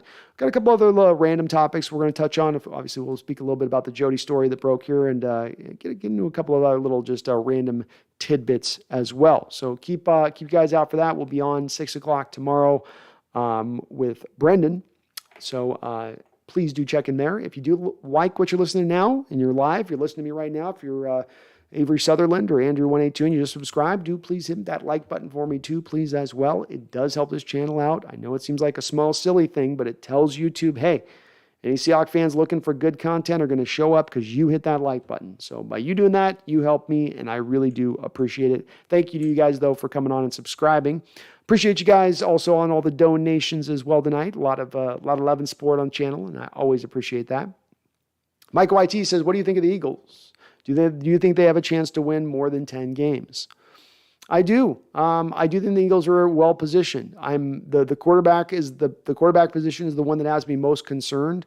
But I love the moves they've made this offseason. They've continually, reinvested in that offensive line over and over again and continue to do so this offseason. I think it's going to be a strength for them once again moving into next year. A.J. Brown's addition there opposite Devontae Smith should be really lethal. It also takes a lot of the pressure off Jalen Reagor at that point to step up. He can just kind of do what he's going to do at this point. Their defense should still be pretty legitimate, and let's not overlook this part as well, Micah, is that they're going to be playing on a lesser schedule because they get to play in the NFC East and they're not having to play the AFC West. So it's going to be a schedule that's going to have a lot of winnable games on it, and especially if that division can once again trot out a Giants team or a Washington team that underwhelms, then there's a free 4 wins right there in there potentially. So I'm in on the Eagles, but I'm very concerned with the quarterback position. I'd actually be probably higher on them if they just had Minshew starting right now rather than Jalen Hurts. I think Minshew actually gets them a game or two better than Hurts does, where Hurts could end up having them land at like 8 wins. UGK says, yeah, Sherman was washed. Bill will say he was a valuable part of the grade D in San Francisco. I say he was covered up by the best front 7 in football. Watkins proved he was burnt in the Super Bowl. It's fair enough. Fair enough. He also gave up a big catch to Devontae Adams, I think, too, in the prior week game from the Super Bowl, right, against the Packers. So, yeah, fair. Iridescent says, another show tomorrow. How spoiled are we? Fire. Hell yeah. That's I'm trying to do Iridescence. I want to try to get some more shows going. So the more I can get you guys, the better. Ari Lynn, do you have any hope Pete can turn USC alum Sam Darnold into a quarterback?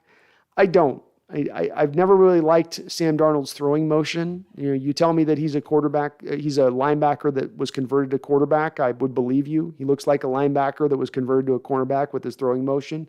So I've never quite liked that part. And then you add in the decision-making element. And I do like to say, I kind of am a firm believer in this. Arm strength and processing are two things that are kind of set.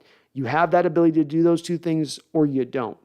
And I see with him a little bit of a struggle, in my opinion, to process on the football field, on top of not liking his throwing motion, which then does lead to a lot of inaccuracy and not the most catchable of balls when he throws. So it's not a big, he just got a little bit overrated coming out, and that first round status that's kind of hung over him is, I think, impacted a little bit in the way that people view him. He says, Darnold's overrated. Overrated coming out of college, always someone carried by superior teammates. Agreed. That's where I look at it as well in that. You have a great night, Iridescence. Brian Roberts, love the content. Brando, thank you, bro. Appreciate you, Brian. What time tomorrow? 6 p.m. Pacific Standard Time. Me and Brendan will be live. Bash's Las Vegas Raiders so cringe. I hope we never come to anything like that. Nonsense with the Seahawks. I don't know how a true Raider can cheer for a team like that in Vegas. Well, when you're a diehard fan, you're a diehard fan, and they took the logo with them. So when they take your team and your mascot, it's probably easier said than done to bail on them. It's a short couple hour ride away. Paul Holman, have a wonderful night yourself, my man. Appreciate that. Very kind of you to say. All right, well, we hit the end of the line here. With the line, and the Raider fans are used to it, but it doesn't make it any easier that it's happened twice. You feel bad for those folks nonetheless. I always feel bad for a fandom that's so passionate and loyal to their team that's there every week. And how many years have the Raiders been bad? That's that whole point I was saying too about this is the owner's sleight of hand that they pull, where they put a bad product on the field for 5, 10, 15, 20 years, and then they squawk about the fact that the fans don't show up, and then they try to move them to a different market. It's like, yeah, you weren't all that committed to winning, were you? You didn't really lay down your money, did you? You didn't do all the things you needed to do. So I feel for that Oakland fan base, and they got done dirty, I think, in that, and done dirty twice over, which is even worse. Paul Holman, thank you for subscribing. You're a gentleman and a scholar, sir. I salute you and appreciate you for doing that. Very kind of you to do so. Well, I will be back on tomorrow, 6 o'clock with Brendan. We're going to go through, like I said, a variety of topics on tomorrow's show. We got some news today, folks, that our team is going to be sold soon, but keep the faith. Don't get worried. This is not a team that's going to be relocated. This is not a team that's going to get themselves Oklahoma City'd like our Supersonics once did. That was a one-off. It is not going to happen again. And if I myself have to throw myself under the wheels of the moving trucks like Seahawks fans had to do back in 96, so be it. I will give my life under those wheels to keep that training equipment in Renton. I'll do that. I'll make that sacrifice because I'm not going to see this team leave, damn it.